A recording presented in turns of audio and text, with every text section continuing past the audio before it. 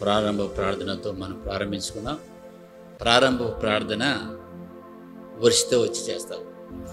స్తోత్రం స్తోత్రం స్తోత్రం స్తోత్రం స్తోత్రం ప్రభా. ఈ దినం మరి తండ్రి యేసయ్యా యూత్ రిట్రీట్కి మేమందరం కూడా కూడుకోవడానికి నీవే సమయం గ్రహించినందుకు వందనాలు చెల్లిస్తున్నాను ప్రభా. ఈ దినం జరగబోయేటువంటి ప్రతి ఒక్క ప్రోగ్రాంలో నీవే తోడుగా ఉండండి, పాటలందు నీవే తోడుగా ఉండమని వేడుకుంటున్నాను. నీ సన్నిధిని ఇక్కడ ఉంచండి యేసయ్యా. వాక్య పరిచర్యలకు నీవే తోడుగా ఉండండి, సమయం గ్రహించండి. నీ వాక్యం చేత నీవే మాతో మాట్లాడమని వేడుకుంటున్నాను ప్రభా. నీ వాక్యాన్ని విని మర్చిపోయే వారికి మేము ఉండక మరి తండ్రి యేసయ్యా దాని ప్రకారంగా జీవించే వారిగా మేము ఉండే కృప నీవే గ్రహించామని వేడుకుంటూ ఈ దినం అంతటికి నీవే తోడుగా ఉండండి మనం వేడుకుంటూ నీకే స్తుతులు స్తోత్రాలు చెల్లించుకుంటూ నన్ను నేను తగ్గించుకుంటూ కొద్దిపాటి ప్రార్థన బంగారు పాదం సమర్పించుకొని అడిగి వేడుకుంటున్నా నా పరలోకపు తండ్రి. ఆమేన్.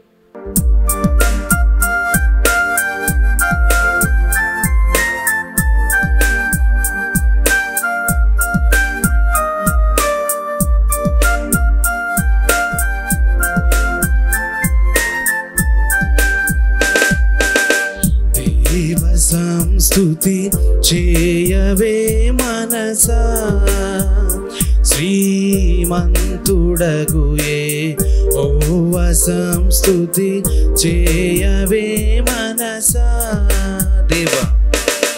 దేవ సంస్తుతి చేయవే మనసా, శ్రీమంతుడగు యెహోవ సంస్తుతి చేయవే మనసా. దేవ సంస్తుతి చేయువారా జీవమా యెహోవా దేవుని పావనాన మమ్మును దించుమా. రాయంతరంగములో వసించు లో సమస్తమా కారణముచే దేవ సంస్తుతి చేయవే మనసా.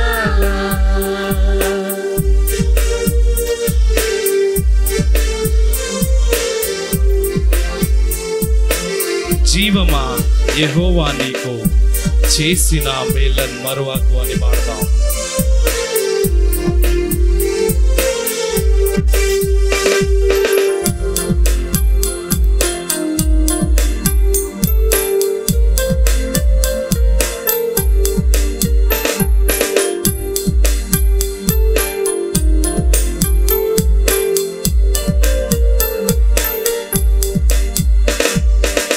జీవమా యెహోవా నీకు చేసిన మేలను మరువకు.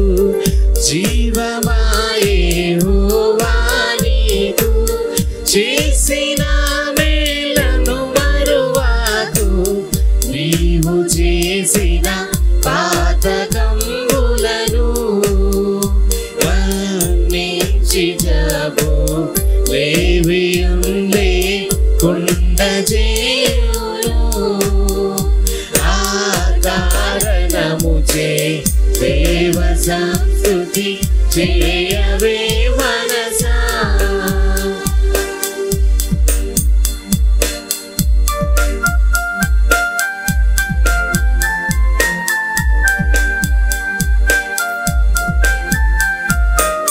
యవ్వనంబు పక్షిరాజు యవ్వనంబు వలనే క్రొత్త అని పాడదాం.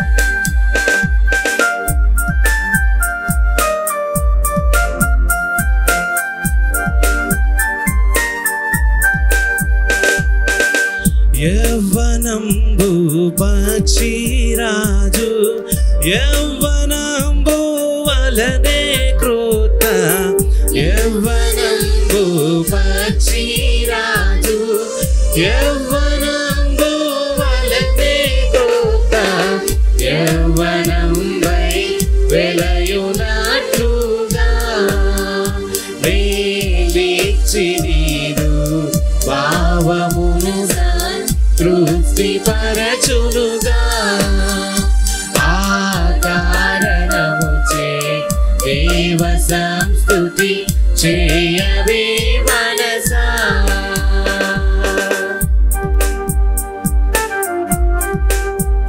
చప్పట్లు కొడుతూ దేవుని స్తుతిస్తాం. పడమటికి తూర్పెంత ఎడమో పాపములకు మనకు నంత కలిసి పాడి దేవుని స్తుతిస్తాం.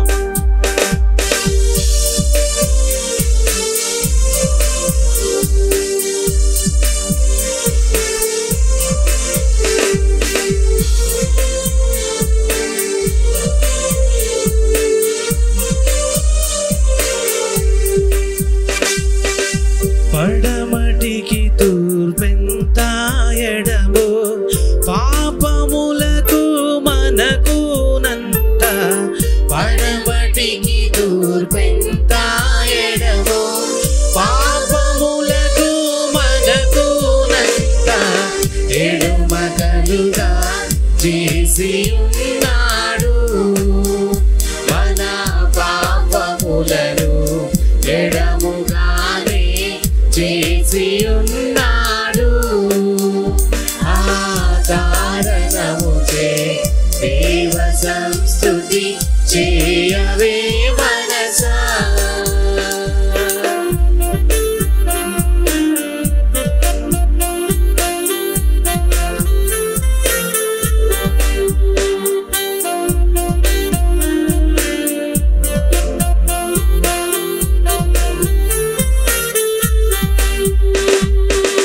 అత్యధిక ప్రేమ స్వరూపి అయిన దీర్ఘశాంత పరుడు.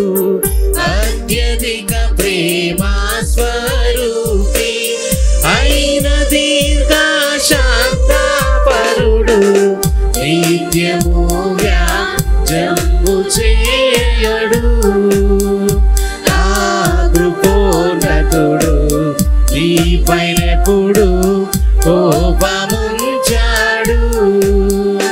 ఆ కారణముచే దేవ సంస్తుతి చేయవే మనసా. మంతుడగు యెహోవ సంస్తుతి చేయవే మనసా. దేవ సంస్తుతి చేయవే మనసా. శ్రీమంతుడగు యెహోవ సంస్తుతి చేయవే మనసా. దేవ సంస్తుతి చేయువానా జీవమా యెహోవా దేవుని పావనానా మమ్మును తించుమా. నాయంతరంగము లో వసించు యో సమస్తమా. ఆ కారణముచే దేవ సంస్తుతి చేయవే మనసా.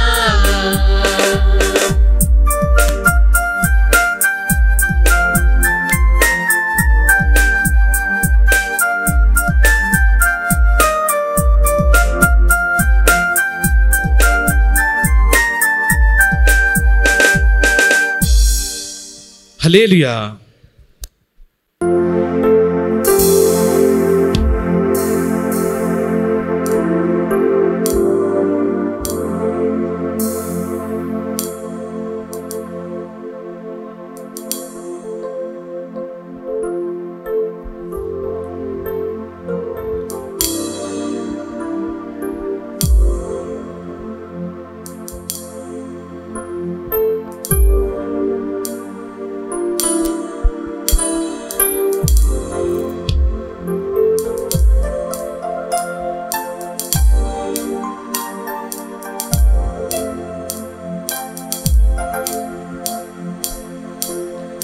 In His time, in His time, He makes all things beautiful.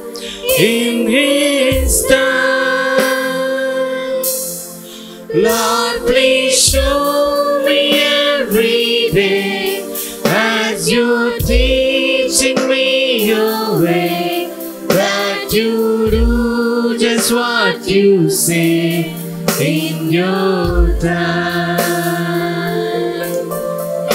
your time, in your time, you make all things beautiful in your time. Lord, my life to you I bring, make song I have to sing, be to you a lovely thing in your time.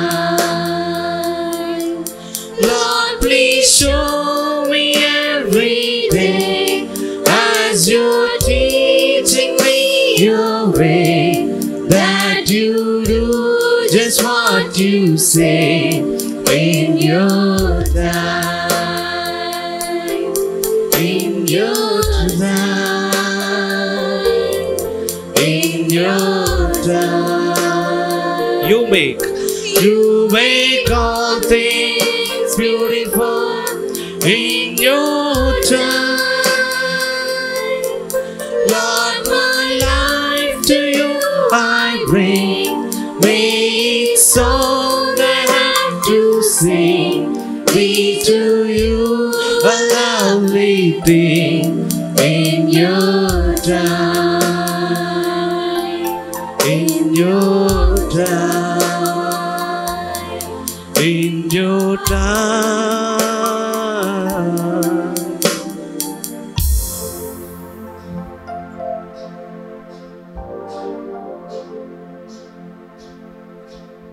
Hallelujah.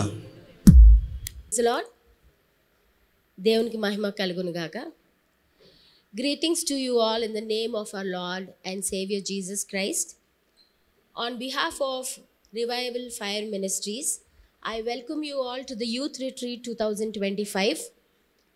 మీ అందరినీ హృదయపూర్వకంగా ఈ యవనస్తుల కూటమికి ఆహ్వానిస్తున్నాం. ఎంతగానో plan చేశాము. I know climate కూడా మనకి సహకరించాలి కదా. We are waiting for people to come. దేవుడు చేసిన గొప్ప కార్యాలు బట్టి ఆయనకి మహిమ పరుస్తున్నాము. మరి హెబ్రీ 11:6 రాయబడినట్టు, విశ్వాసము లేకుండా దేవునికి ఇష్టుడై ఉండుట అసాధ్యము. దేవుని వద్దకు వచ్చువారు ఆయన ఉన్నాడనియు తను వెదుకు వారికి ఫలము దయచేవాడని నమ్మవలెను కదా అని రాసి ఉన్నది. అయితే హెబ్రీ 11:33 వారు విశ్వాసము ద్వారా రాజ్యములను జయించి ఉన్నారని రాయబడి ఉన్నది. Without faith it is impossible to please God, for he rewards your faith. For the past few weeks, we've been meditating on Hebrew chapter 11 about faith warriors like Abel, Enoch, Abraham, Noah, Isaac, and Jacob and Joseph. And that's the reason we had the theme as faith warriors. విశ్వాస పౌరుల గురించి, విశ్వాస యోధుల గురించి మనము గత కొన్ని వారాలుగా ధ్యానించుచున్నాము. అయితే విశ్వాస వీరులు ఎలాగయ్యారో మరి మన పిల్లలు నేర్చుకున్నారు అని నమ్ముచున్నాం. అవునా? ఎస్. దేవునికి మహిమ కలుగుందాక. మరి ఈ కార్యక్రమాన్ని మనము మరి ముందుకు కొనసాగించే ముందు we will be having an opening prayer. మరి ప్రారంభ ప్రార్థన. I request Hepzibah to lead us in the word of prayer. అందరికీ ప్రైజ్ ది లార్డ్. ఒక చిన్న ప్రార్థన చేసుకుందాం. కళ్ళు మూసుకున్నట్లయితే ప్రార్థన చేసుకుందాం. స్తోత్రం స్తోత్రం స్తోత్రం స్తోత్రం. కృపగలిగిన దేవ, మహిమగల రాజా, నీకు వందనాలు తండ్రి. ఈరోజు సజీవ లెక్కలో మమ్మల్ని ఉంచినందుకు నీకు ఎన్నో వేలాది వందనాలు తండ్రి. దేవమనైనా మరి నీ సన్నిధిలో కనబడడానికి మరొక తరుణాన్ని మాకు ఇచ్చినందుకు నీకు ఎన్నో వేలాది వందనాలు తండ్రి. యూత్ రిట్రీట్ జరుపుకోవడానికి మనైనా ఇచ్చిన ఆలోచనను బట్టి నీకు వందనాలు తండ్రి. నీ నడిపింపుకై నీకు వందనాలు వేసా. దేవ, మనని ఇంతవరకు నువ్వే తోడుగా ఉన్నందుకు నీకు వందనాలు తండ్రి. మనైనా జరగబోయే కార్యం అంతట్లో కూడా మీరే తోడుగా ఉన్నది దేవా. నీ సన్నిధి ఇక్కడ ఉంచాను దేవా. నీ కాంతిని ఇక్కడ ఉంచమని అడుగుతున్నాను తండ్రి. మ్యూజిక్ సిస్టమ్ని, మన పిఏ సిస్టమ్ని కంట్రోల్లో ఉంచమని అడుగుతున్నాను తండ్రి. మనైనా పాటలు పాడేవారిని కూడా జ్ఞాపకం చేసుకొని దేవా. చక్కటి స్వరాలతో హృదయపూర్వకంగా నేను స్తుతించడానికి సహాయం చేయండి తండ్రి. మ్యూజిక్ టీం వారు కూడా ప్లే చేసిన వాళ్ళు కూడా మనైనా చక్కగా ప్లే చేయగలుగుటకు సహాయం చేయమని అడుగుతున్నాను తండ్రి. మరి ఎంతమంది అయితే వచ్చారో దేవ, వారిని అందరినీ మనైనా దీవించమని అడుగుతున్నాను దేవ. మనైనా రానున్న వారిని నడిపించమని అడుగుతున్నాను తండ్రి. నీ సన్నిధిలో మనైనా ఈరోజు మనైనా మరి ఆత్మీయ ఆహారం చేత బలపడి మనైనా ఖాళీగా వెళ్ళకుండా మనైనా మాకు కావాల్సిన ఆహారాన్ని మాకు దయచేయమని అడుగుతున్నాను తండ్రి. మా హృదయాలనైనా నింపి మనైనా సంతోషంతో మనైనా ఇక్కడి నుంచి వెళ్ళడానికి మీరు సహాయం చేయమని అడుగుతామనైనా. ఆది నుంచి అంతం వరకు మీరే నడిపించమని అడుగుతూ నజరేయుడైన యేసు నామములో ప్రార్థిస్తున్నాను తండ్రి. ఆమేన్. Thank you, Hepzibah. Before we get into the worship, we will be having scripture reading for the first session, and that is from Hebrews 11:22 and 33 and 34. I request Soumya to read in English and Harini in Telugu. Praise the Lord, everyone. I welcome you all to the youth retreat. Let us all turn our Bibles to Hebrew chapter 11, verses 22. By faith, Joseph, at the end of his life, made mention of Exodus of the Israelites and gave direction concerning his bones. Verses 33. Who through faith conquered kingdoms, enforced justice, obtained promises, stopped the mouth of lions, quenched the power of fire, escaped the edge of the sword, were made strong out of weakness, became mighty in war, put foreign armies to flight. హెబ్రీలకు రాసిన పత్రిక 11వ అధ్యాయము 22వ వచనం. యోసేపు తనకు అవసన కాలము సమీపించినప్పుడు విశ్వాసమును బట్టి ఇజ్రాయేలు కుమారుల నిర్గమనమును గూర్చి ప్రశంసించి తన శాల్యమును గూర్చి వారికి ఆజ్ఞాపించెను. 33వ వచనం. వారు విశ్వాసము ద్వారా రాజ్యములను జయించిరి, నీతి కార్యములను జరిగించిరి, వాగ్దానములను పొందిరి, సింహముల నోలను మూసిరి. 34వ వచనం. అగ్నిబలమును చల్లార్చిరి, ఖడ్గధారులను తప్పించుకొనిరి, బలహీనులుగా ఉండి బలపరచబడిరి, యుద్ధములో పరాక్రమశాలులైరి, అన్యుల సేనలను పారద్రోలిరి.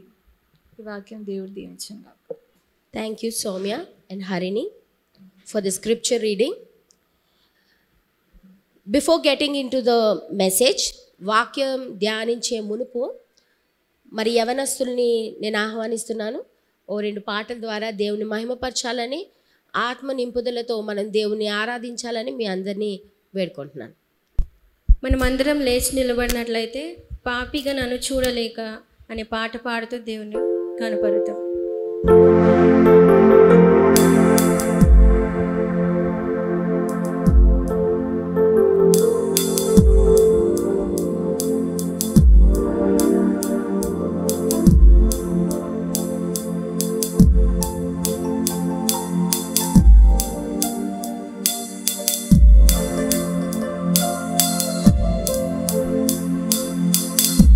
హృదయపూర్వకముగా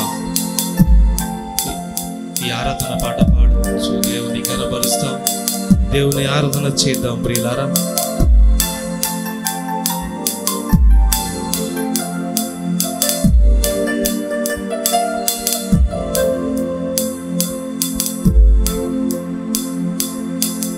పాపిగా నన్ను చూడలేక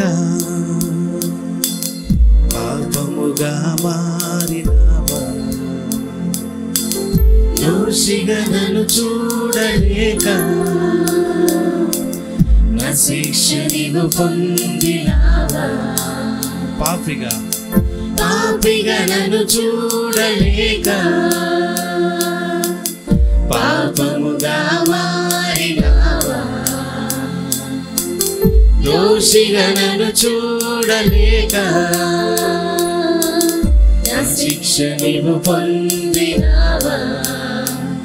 నా తల ఎత్తుటకు నీవు తల వంచితివే, అర్హత నాకిచ్చుటకు అవమానముందితివే, తండ్రితో నన్ను చేర్చుటకు విడనాడబడితివే, జీవము నాకిచ్చుటకు మరణము నొందితివే.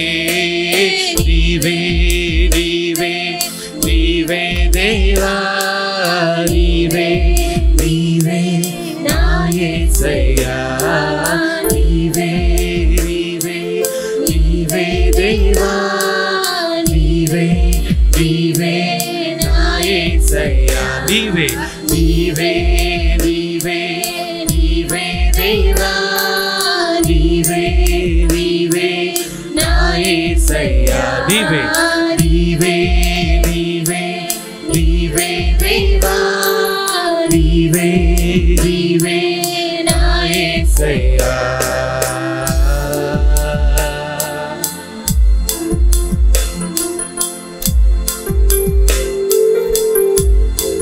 స్తుతిస్తాం.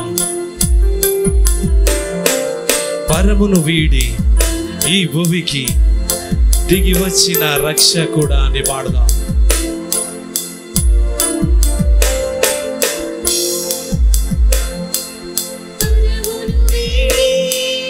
ఈ భూమికి దిగి వచ్చిన రక్షకుడా మహిమను వీడి రావెలని చెల్లించిన ప్రేమమయుడా మహిమను వీడి భూమికి దిగి వచ్చిన రక్షకుడా మహిమను వీడి రావెలని చెల్లించిన ప్రేమమయుడా నీ వెదకి రాలేదని సత్యము నెరిగి నీవే నాదరికి పరుగెత్తితివి దాస్యత్వము నుండి నన్ను విడిపించి తండ్రి అని పిలిచే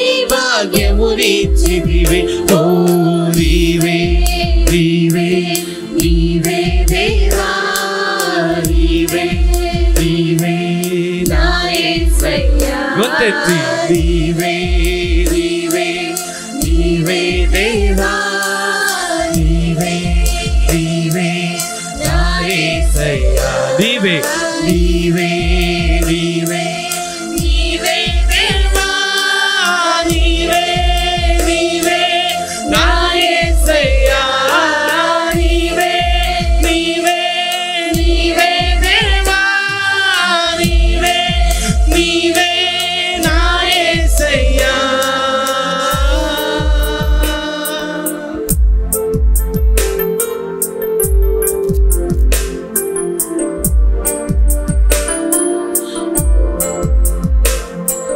నా స్థానములో నీవే నిలిచి నీ స్థానమే నాకిచ్చితివి అని పాడదాం.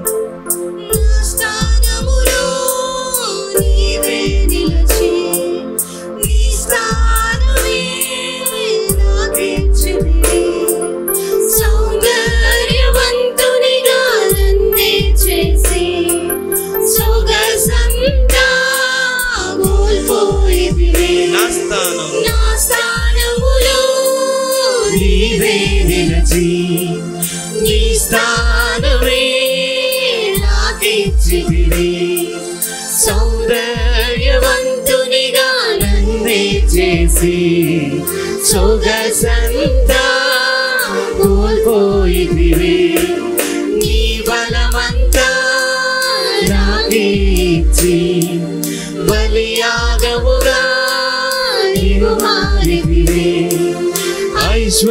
ఐశ్వర్యవంతునిగా నన్నే చేసి దీనతనే హత్తుకొంటివి ఓ నీవే నీవే నీవే దేవా రెండు చేతులు పైకెత్తి గొంతెత్తి పాడదాం. నా యేసయ్యా నీవే నీవే నీవే దేవా నీవే నీవే నా యేసయ్యా నీవే నీవే నీవే నీవే దేవా నీవే నీవే నా యేసయ్యా నీవే నీవే నీవే దేవా నీవే నీవే నా యేసయ్యా నీవే నీవే నీవే దేవా నీవే నీవే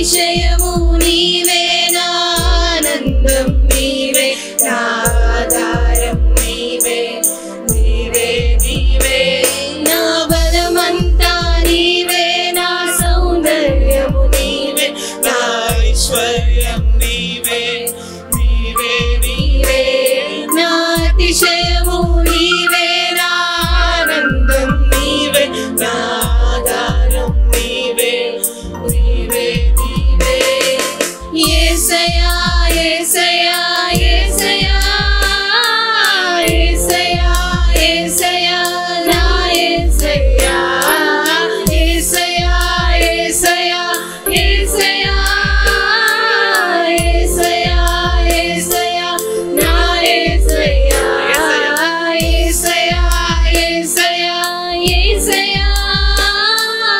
యేసయ్యా యేసయ్యా నా యేసయ్యా యేసయ్యా యేసయ్యా యేసయ్యా యేసయ్యా యేసయ్యా నా యేసయ్యా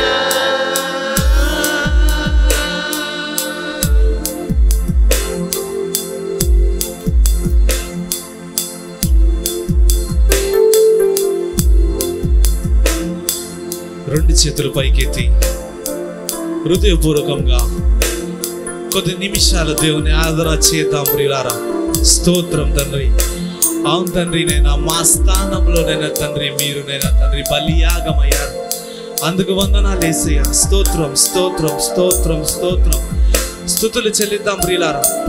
స్తోత్రం స్తోత్రం. గొంతెత్తి దేవుని గణపరుస్తాం. హల్లెలూయా హల్లెలూయా హల్లెలూయా హల్లెలూయా హల్లెలూయా హల్లెలూయా. స్తోత్రం యేసయ్యా. స్తోత్రం స్తోత్రం స్తోత్రం. హల్లెలూయా హల్లెలూయా హల్లెలూయా హల్లెలూయా హల్లెలూయా హల్లెలూయా హల్లెలూయా హల్లెలూయా. అవును తండ్రి, మేము వెతికి రాలేమని నాన్న తండ్రి మీరే మా వద్దకు వచ్చారు తండ్రి. మీకు స్తోత్రం యేసయ్యా. మీకు ఎంత ప్రేమ తండ్రి నాన్న యేసయ్యా. స్తోత్రం తండ్రి. ఆ ప్రేమకై మీకు ఎంతగానో వందనాలు తెలియజేసుకొచ్చున్నాం యేసయ్యా. హల్లెలూయా హల్లెలూయా హల్లెలూయా. స్తోత్రం. వందనాలు వందనాలు వందనాలు వందనాలు. స్తుతిద్దాం స్తుతిద్దాం ప్రియులారా. గొంతెత్తి దేవుని గణపరుస్తాం. హల్లెలూయా.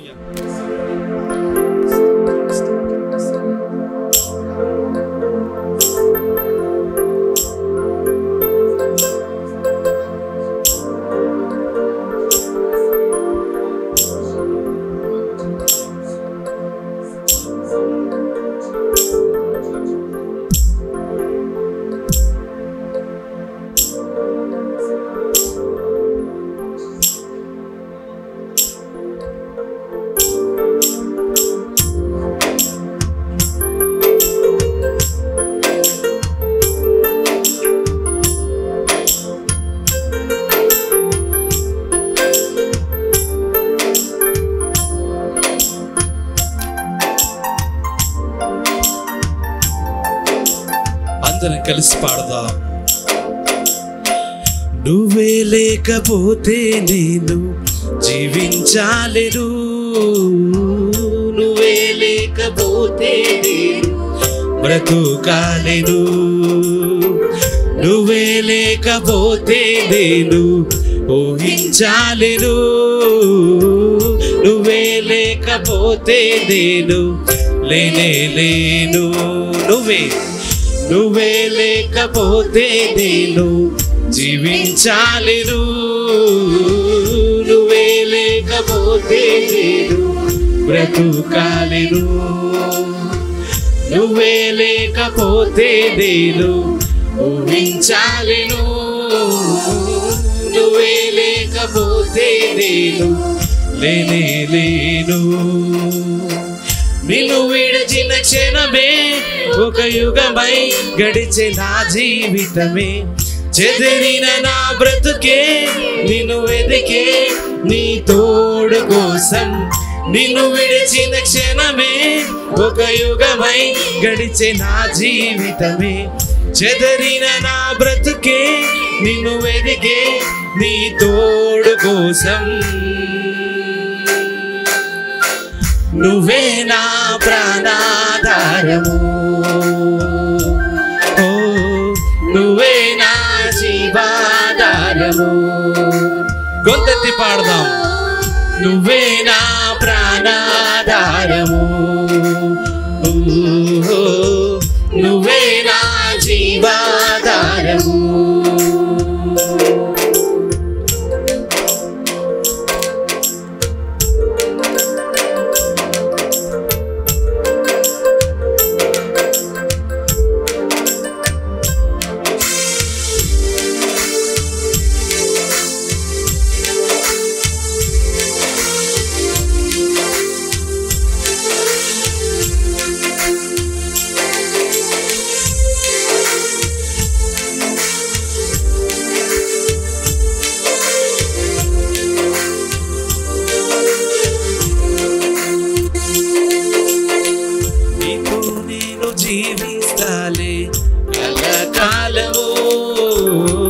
నిన్నే నేను ప్రేమిస్తాలే చిరకాలము. లోకంలోనే ఎన్నో వెతికా అంతా శూన్యము, చివరికి నువ్వే నిలిచావే సదాకాలము. పాడదాం. నీతో నేను జీవిస్తాలే కలకాలము, నిన్నే నేను ప్రేమిస్తాలే చిరకాలము. లోకంలోనే ఎన్నో వెతికా అంతా శూన్యము, చివరికి నువ్వే నిలిచావే సదాకాలము. నిన్ను విడువను దేవా నా ప్రభువా నా ప్రాణనాథా, నీ చేతితో మలచి నన్ను విరచి సరిచేయునాదా. నిన్ను విడువను దేవా నా ప్రభువా నా ప్రాణనాథా, నీ చేతితో మలచి నన్ను విరచి సరిచేయునాదా. నువ్వే నా ప్రాణాధారము, నువ్వే నా జీవాధారము, నువ్వే నా ప్రాణాధారము, నువ్వే నా జీవాధారము. పాడదాం. నువ్వే నా ప్రాణాధారము, నువ్వే నా జీవాధారము. గొంతెత్తి. నువ్వే నా ప్రాణాధారము, నువ్వే నా జీవాధారము. నీతో ఉంటే జీవితం వేదనైన రంగుల పయనం, నీతో ఉంటే జీవితం బాటేదైన పూల కుసుమం. నీతో ఉంటే జీవితం వేదనైన రంగుల పయనం, నీతో ఉంటే జీవితం బాటేదైన పూల కుసుమం. నువ్వే నా ప్రాణాధారము, నువ్వే నా జీవాధారము. గొంతెత్తి పాడదాం. నువ్వే నా ప్రాణాధారము, నువ్వే నా జీవాధారము. నువ్వే నా ప్రాణాధారము, నువ్వే నా జీవాధారము. రెండు చేతులు పైకెత్తి. నువ్వే నా ప్రాణాధారము, నువ్వే నా జీవాధారము.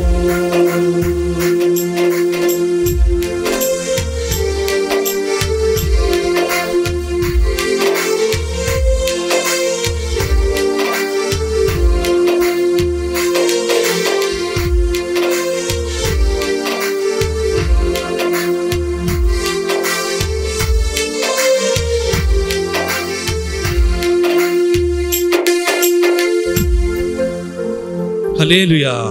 రెండు చేతుల పైకెత్తి హల్లెలూయా చెప్దాం గట్టిగా. హల్లెలూయా, హల్లెలూయా. ఎంతమంది సంతోషంగా ఉన్నారు ఈరోజు? గట్టిగా హల్లెలూయా చెప్దామా? ఇంకా గట్టిగా చెప్దామా? రానోళ్ళు కూడా రావాలి. హల్లెలూయా, హల్లెలూయా. మరి దేవుని కృపను బట్టి మనము మంచి సమయం గడపడానికి దేవుడు మనకి ఇటు అవకాశం ఇచ్చారు. మరి దేవునికి మహిమ కలుగును కాక. My heart rejoice when I worship God. My heart rejoice when I spend my time with God. Do we all believe this? Yes. The more you spend, ఒకరోజు దేవుని సన్నిధిలో గడపటం అంటే 1000 దినముల కంటే శ్రేష్టం అన్నాడు కదా. మరి అట్లాంటప్పుడు మనం మౌనంగా ఉండకూడదు. మరి మన యవనస్తులు ఎంతో బాగా మనల్ని పాటల్లో లీడ్ చేశారు. మరి దేవుని నామం నందు మరి ఎంతగానో సంతోషిస్తున్నాం ఈ విషయమై. అయితే ఈ యూత్ రిట్రీట్ పెట్టడానికి కొన్ని కారణాలు లేకపోతే మరి ఆలోచనలు మేము కలిగి ఉన్నాము. మరి మీకు ముందుగా చెప్పిన రీతిగా కొన్ని వారాల నుంచి మేము హెబ్రీ గ్రంథము 11వ అధ్యాయము అందులో విశ్వాస వీరుల గురించి ధ్యానిస్తున్నాం. మరి ఏ విధంగా వీళ్ళు విశ్వాసం ద్వారా మరి దేవునికి ఇష్టలై ఉన్నారో, మరి ఎలా వీళ్ళు రాజ్యాలను జయించారో మన బిడ్డలు నేర్చుకుంటూ ఉన్నారు. అయితే మనం ఇప్పుడు వచ్చిన సమయం చాలా శ్రేష్టమైన సమయం. ఇప్పటి వరకు మరి దేవుని ఆరాధించాము, మరి పాటలు పాడాము కదా. అయితే ఇప్పుడు మనం చాలా ముఖ్యమైన సమయానికి అంశానికి వచ్చి ఉన్నాము. అయితే మన మధ్య బ్రదర్ ప్రదీప్ కుమార్ గారు ఉన్నారు. మరి మొదటి సెషన్ వాక్య పరిచర్య లేకపోతే వాక్య ధ్యానము మన మధ్యలో చేస్తారు. తర్వాత మనం మిగతా కార్యక్రమానికి వెళ్దాము. మరి మన మధ్యలో ఉన్న ప్రదీప్ గారిని నేను హృదయపూర్వకంగా ఆహ్వానిస్తున్నాను. Thank you so much. దేవునికి స్తోత్రం. దేవుని నామానికి మహిమ కలుగును గాక. దేవుని సంఘానికి మహిమ కలుగును గాక. దేవుని బిడ్డలందరికీ మనందరికీ కూడా మేలు కలుగును గాక. హల్లెలూయా. ఎంతమంది ఈ సమయంలో సంతోషంగా ఉన్నారు ఈ యూత్ రిట్రీట్ గురించి? హల్లెలూయా. దేవునికి స్తోత్రం. దేవుని నామానికి మహిమ కలుగును గాక. కాబట్టి ప్రియమైన వాళ్ళరా, మరి గత 2 months నుంచి కూడా మేము మరి సాటర్డే రోజున యవనస్తుల కూటమిలో దాదాపుగా హెబ్రీ పత్రికలో మరి రాయబడిన ప్రతి ఒక్క వ్యక్తి గురించి కూడా మేము ఒక్కొక్క వారము ఒక్కొక్క వ్యక్తి గురించి కూడా ధ్యానం చేస్తున్నాం. సో దేవుడు ఇచ్చిన మహాకృప ఏంటంటే అనుకోకుండా మరి ఈ ఆగస్ట్ నెలలో ఈ 15, ఈ 14, 15, 16లో యూత్ మీటింగ్ పెట్టుకునే దానికి ఆల్రెడీ పాస్టర్ గారు ఆలోచన కలిగి ఉండడము, అది మా అందరికి కూడా కలిసి రావడం జరిగిందనమాట. హల్లెలూయా. సో మరి హెబ్రీ పత్రికలో మనం ధ్యానం చేస్తూ మరి ఈ శనివారం రోజున మరి మనం ఒక ప్రాముఖ్యమైన మరి వ్యక్తి దగ్గరికి, ఒక అంశం దగ్గరికి వచ్చాం. ఆ వ్యక్తిని ధ్యానం చేసుకుంటూ మరి ఈ యూత్ రిట్రీట్లో దేవుడు మనతో మాట్లాడుతున్న మాటలేంటి, దేవుడు మనతో మాట్లాడుతున్న మరి మాటలు ఏంటంటే కూడా జ్ఞాపకం చేసుకుందాం. దేవుడు మనందరితో కూడా మాట్లాడాలని తలలు వంచి మనందరం కూడా దేవాది దేవుడైన యేసుక్రీస్తు వారిని ఒక్క నిమిషం మనం ప్రార్థన చేసుకుందాం. స్తోత్రం స్తోత్రం స్తోత్రం స్తోత్రం స్తోత్రం స్తోత్రం స్తోత్రం స్తోత్రం స్తోత్రం స్తోత్రం స్తోత్రం స్తోత్రం స్తోత్రం స్తోత్రం. మహాపరిశుద్ధమైన మా తండ్రి, ప్రేమ కలిగిన తండ్రి, కృప చూపించిన తండ్రి, మీ ప్రేమలో మీ కృపలో నాయన ప్రత్యేకంగా నాయన ఇక్కడ చేరు వచ్చిన మమ్మల్ని అందరినీ కూడా జ్ఞాపకం చేసుకుని సజీవుల లెక్కలో ఉంచిన ఆయన మీ నామాన్ని గణపరచు నిమిత్తం నాయన అయా ఇదిగో మీ కొరకు నాయన మమ్మల్ని సాక్షులుగా చేసుకున్న రీతిని బట్టి నాయన మీరు మాకు అనుగ్రహించిన శ్రేష్టమైన గొప్ప రక్షణను బట్టి నాయన కృతజ్ఞాస్తుతులు చెల్లిస్తున్నాం నాయన. ఈ సమయంలో నాయన మా రక్షకుడు, మా ప్రభు, మా రాజువైన యేసయ్యా నీకు వందనా చెల్లిస్తున్నాం నాయన. నిన్ను బట్టి ఎంతగానో స్తుతిస్తూ ఆరాధిస్తూ మీ నామాన్ని గణపరిచి మహిమపరుస్తున్నాం ప్రభా. ఈ సమయంలో మరి ప్రత్యేకంగా యేసయ్య నాయన అయా యూత్ రిట్రీట్ కోసం ప్రభా ఏర్పాటు చేయబడిన ఈ దినమును కొట్టి నాయన మీకు వందనా చెల్లిస్తున్నాం నాయన. మిమ్మల్ని హృదయపూర్వకంగా ఆహ్వానిస్తున్నాం నాయన. ఈ సమయంలో నాయన ఇదిగో ఈ స్థలంలోనికి నాయన మా హృదయంలోనికి మీరు రండి నాయన. అయా మీ వాక్యం ద్వారా మాతో మాట్లాడండి నాయన. మా కొరకు ఏ విషయాలు ప్రభు మీరు సిద్ధపరచున్నారు నాయన, ఏ అంశాలు సిద్ధపరచున్నారు నాయన, ఏ మాటలు సిద్ధపరచున్నారు నాయన. అయా వినగలిగిన చెవులు మాకు దయచేయండి నాయన. నీ వాక్యమును దాచుకునే హృదయం మా అందరికీ కూడా దయచేయండి నాయన. అయా ఇష్టం ఇదిగో ప్రభా ఈ స్థలాన్ని మమ్మల్ని నాయన మీ చేతికి అప్పు చెప్పుకుంటున్నాం ప్రభా నాయన. మీ ఆత్మతో నింపండి ప్రభా. అయా ఎందుకు పనికిరాను నన్ను నాయన అయా మీరు ఎంచుకున్న రీతిని బట్టి నాయన, ఏర్పాటు చేసుకున్న రీతిని బట్టి నాయన అయా ఇదిగో ప్రభు నన్ను నాయన మీ బూరగా ఇదిగో మీ సాధనముగా నియమించుకున్న రీతిని బట్టి వేల కొలదిగా కోట్ల కొలదిగా కృతజ్ఞాస్తుతులు చెల్లిస్తూ అయా ఇదిగో ప్రభు నా మాటలు కాకుండా మీ ఆత్మ ద్వారా నాయన నింపి అయా మీ ఆత్మ మాటలు ప్రభు ప్రకటించుటకు ప్రభా నాకు సహాయం దయచేయండి నాయన. నన్ను నీ సిలువ వెనుక మరుగు చేసుకుని ప్రభా నాయన.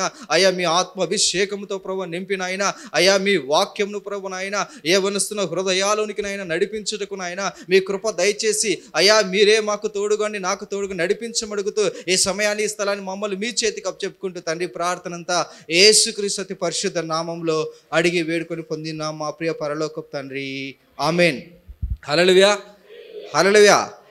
దేవుడికి స్తోత్రం, దేవుడి నామానికి మహిమ కలుగును గాక. కాబట్టి ప్రియమైన వాళ్ళరా, మీ అందరికి కూడా థీమ్ చూసింటారు. సో స్క్రీన్లో చూసింటారు, తర్వాత మీకు ఇవ్వబడిన ప్యాంప్లెట్స్లో కూడా స్క్రీన్లో చూసింటారు థీమ్.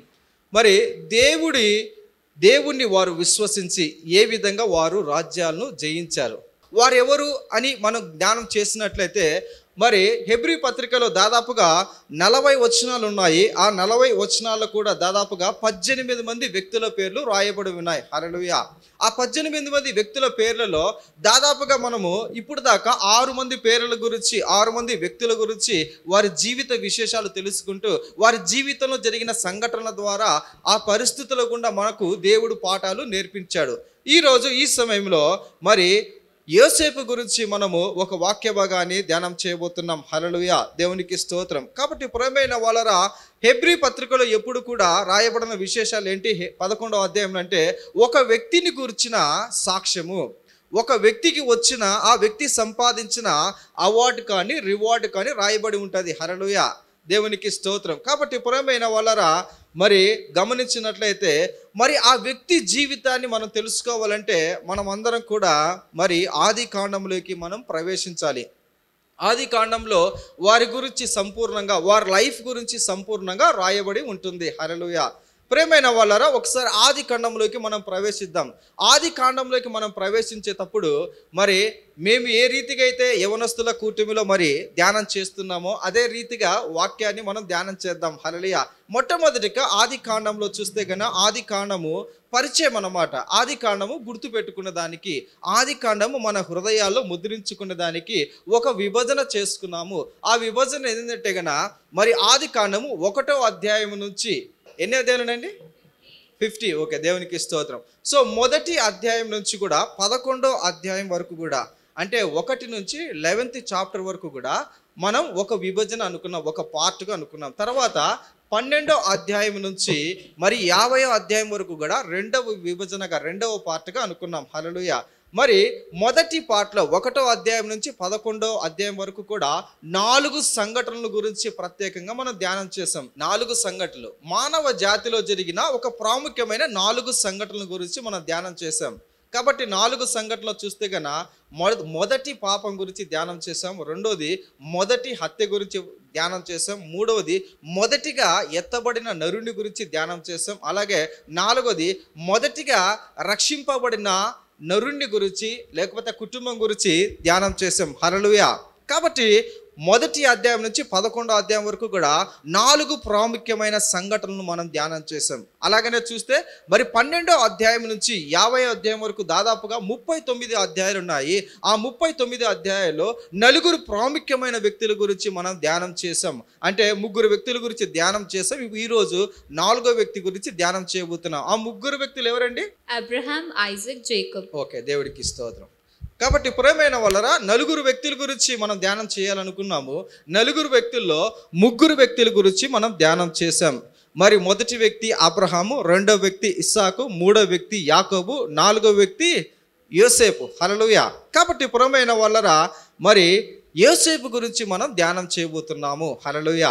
కాబట్టి ప్రియమైన వాళ్ళరా, యోసేపు జీవితంలో జరిగిన సంఘటనను ఆధారం చేసుకొని యోసేపు జీవితం ఎటువంటి ప్రయాణం చేశాడు, ఎటువంటి కష్ట నష్టాలు, శోధనలు, దుఃఖాల ద్వారా ఆయన ప్రయాణం చేశాడు, ఆ జీవిత చరిత్రను తెలుసుకుంటూ దేవుడు మనతో మాట్లాడుతున్న మాటలను తెలుసుకునే ప్రయత్నం చేస్తున్నాం. హల్లెలూయా. కాబట్టి ప్రియమైన వాళ్ళరా, మరి యోసేపు గురించి రాయబడిన అధ్యాయాలు చూస్తే గన 37వ అధ్యాయం నుంచి ప్రారంభమై 50వ అధ్యాయం వరకు కూడా యోసేపు జీవిత చరిత్ర అంతా కూడా రాయబడి ఉంటుంది. 37 నుంచి 50 ఎన్ని అధ్యాయాలు ఉంటాయండి? Okay, 14 chapters. హల్లెలూయా, దేవునికి స్తోత్రం. కాబట్టి 39 అధ్యాయాల్లో 14 అధ్యాయాలు ఒక యోసేపు గురించి రాయబడ్డారు. అబ్రహాము గురించి దాదాపుగా 13 అధ్యాయాలు రాయబడ్డాయి 12 నుంచి 24 వరకు. ఇస్సాకు గురించి 2 అధ్యాయాలు రాయబడ్డాయి 25, 26. తర్వాత యాకోబు గురించి 27 నుంచి 36 వరకు రాయబడ్డాయి. ఒక యోసేపు గురించి మాత్రము మరి 37 నుంచి 50 అధ్యాయాలు, అంటే దాదాపుగా 14 అధ్యాయాలు రాయబడ్డాయి. హల్లెలూయా. ఎందుకు నేను ఈ మాట చెప్తున్నానంటే యోసేపు జీవితము ఎంత ప్రాముఖ్యమైనదో దేవుడు మనకు తెలియచేస్తానికి అధ్యాయాల ద్వారా ఎక్కువ రాపించినట్టు మనం గమనించగలుగుతాం. హల్లెలూయా, దేవునికి స్తోత్రం. ఆది కాండంలో దాదాపుగా మరి 1533 వచనాలు ఉంటే ఈ యోసేపు గురించి దాదాపుగా 115 వచనాలు రాయబడి ఉన్నాయి. హల్లెలూయా. కాబట్టి ప్రియమైన వాళ్ళరా, మరి యోసేపు గురించి ధ్యానం చేస్తున్నాం కాబట్టి ఈ 115 వచనాల గురించి మనం ధ్యానం చేయబోతున్నాం. ఏం భయపడద్దు, సాయంకాలం అవుతుంది. హల్లెలూయా, దేవునికి స్తోత్రం.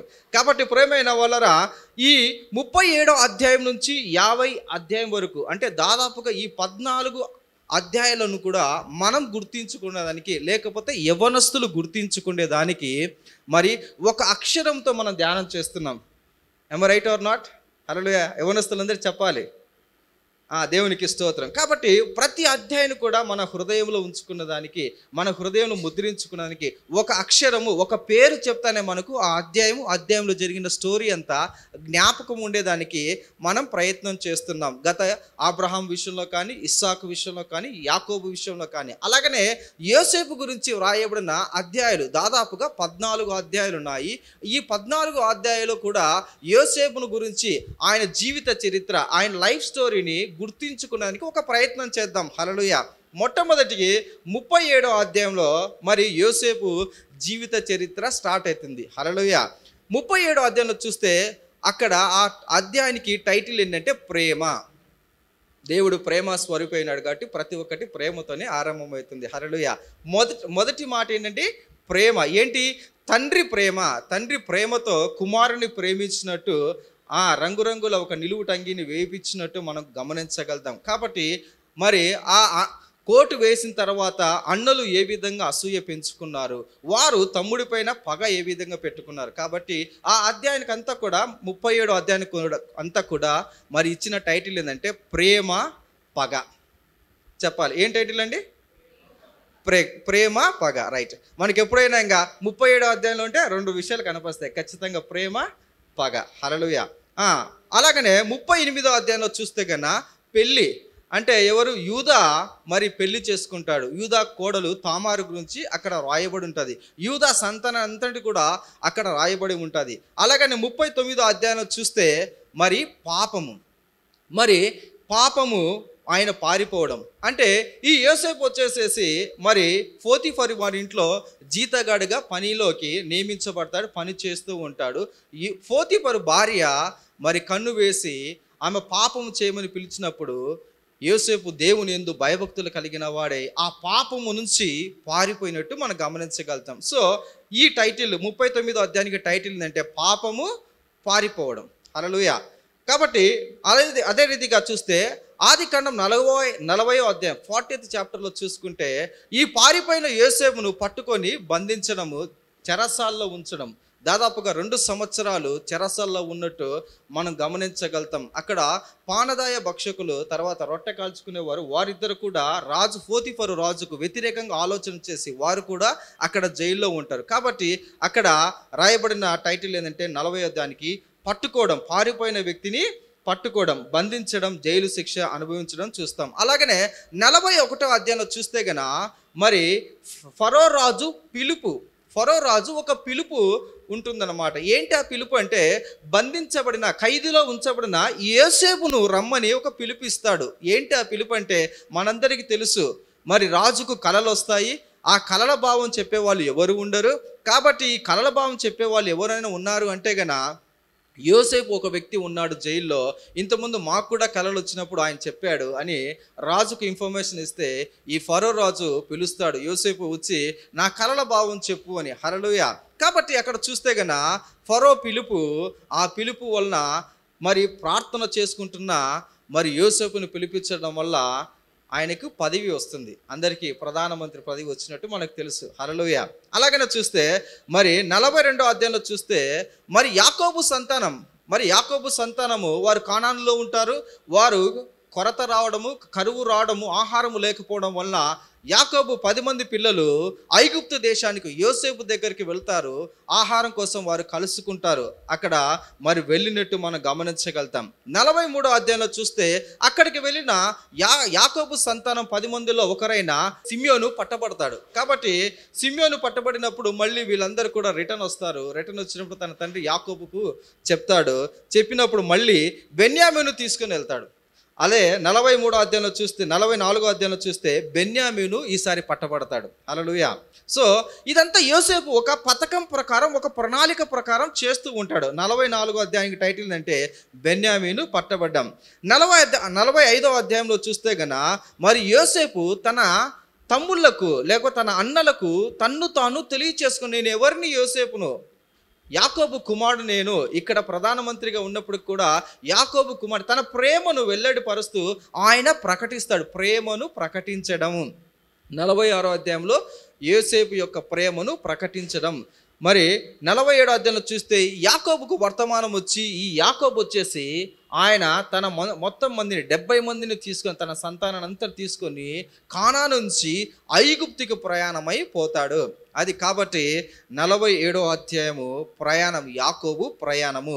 48వ అధ్యాయం 49వ అధ్యాయం గమనించినట్లయితే గన ఆయన అక్కడ పరదేశులుగా వారి అక్కడ స్థిర నివాసం ఏర్పరచుకొని, గోషేను ప్రాంతంలో స్థిర నివాసం ఏర్పరచుకొని అక్కడ తన పిల్లలను యాకోబు మరణము అంటే ప్రాణాలు విడవక ముందు తన పిల్లలను దీవించినట్లు, ఆశీర్వదించినట్లు మనం గమనించగలుగుతాము.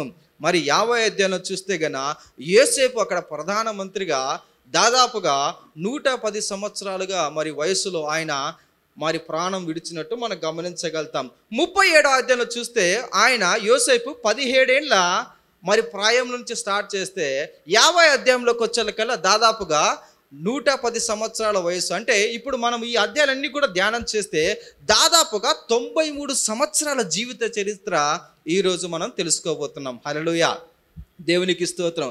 ఇది కేవలము ఒక చిన్న పరిచయం మాత్రమే. హల్లెలూయా, దేవునికి స్తోత్రం. కాబట్టి ప్రియమైన వాళ్ళరా, యోసేపు గురించి మనం ఎప్పుడైనా ధ్యానం చేయాలనుకున్నప్పుడు ఇవి డెఫినెట్గా మనకు ఉపయోగపడతాయి. హల్లెలూయా. ఈ 50 అధ్యాయాల్లో దాదాపుగా 14 అధ్యాయాలు యోసేపు గురించి ఉన్నాయి.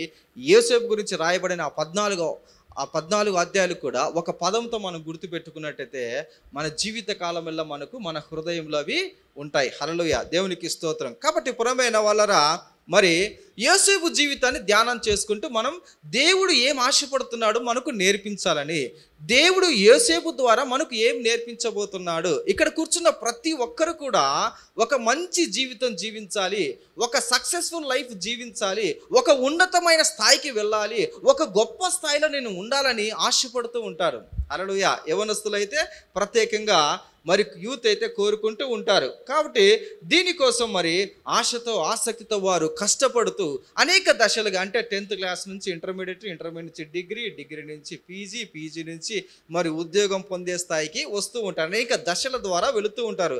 ప్రజెంట్ ఎడ్యుకేషన్తో సమస్తము సాధ్యము.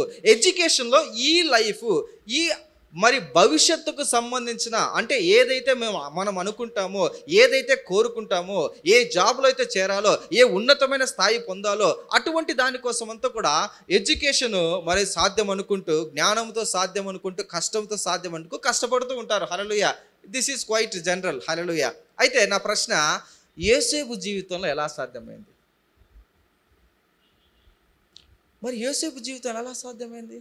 ఆయన బానిసగా ఉన్నాడు, తల్లిదండ్రులకు దూరంగా ఉన్నాడు. ఈరోజు అయితే మనకు తల్లిదండ్రుల దగ్గరగా ఉన్నారు, మనకు అడిగినన్ని ఇస్తున్నారు. లక్షణంగా మనం కాలేజీకి వెళ్తున్నాం, స్కూల్కి వెళ్తున్నాం, చదువుకుంటాం, ట్యూషన్లు పెట్టిస్తారు, అడిగినన్ని ఇస్తారు. మరి ఆ రోజుల్లో యోసేపు ప్రధానమంత్రి అయ్యేదానికి ఏం చదువుకున్నాడు ఆయన? హల్లెలూయా. కాబట్టి ప్రియమైన వాళ్ళరా, మరి యోసేపు ఒంటరిగా ఉన్నప్పటికీ, జైల్లో ఉన్నప్పటికీ, బందీగా ఉన్నప్పటికీ, తల్లిదండ్రులకు దూరంగా ఉన్నప్పటికీ ఆయన ఏ విధంగా ప్రధానమంత్రి ఆ గొప్ప స్థాయికి వెళ్ళగలిగినాడు? హల్లెలూయా. ఈరోజు మన ధ్యాన అంశము అదే. హల్లెలూయా. ఆయన ఏ విధంగా వెళ్ళాడో మనం తెలుసుకుంటే సేమ్ కట్టు కాపీ పేస్ట్ లాగా మనం కూడా సేమ్ యాస్టీజ్గా ఫాలో అయితే మనం కూడా ఆయన వలె ఉన్నత స్థాయికి చేరే అవకాశం ఉంటుంది.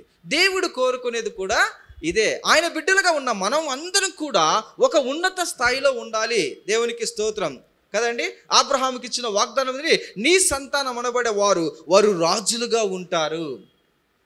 హల్లెలూయా. దేవునికి స్తోత్రం. కాబట్టి పురమైన వాళ్ళరా, మొదటి పేతురు గ్రంథంలో చాలా చక్కగా రాయబడిన 2వ అధ్యాయంలో ఏంటి, యేసుక్రీస్తు వారు చీకట్లో ఉన్న మనల్ని ఎక్కడికి పిలిచాడు?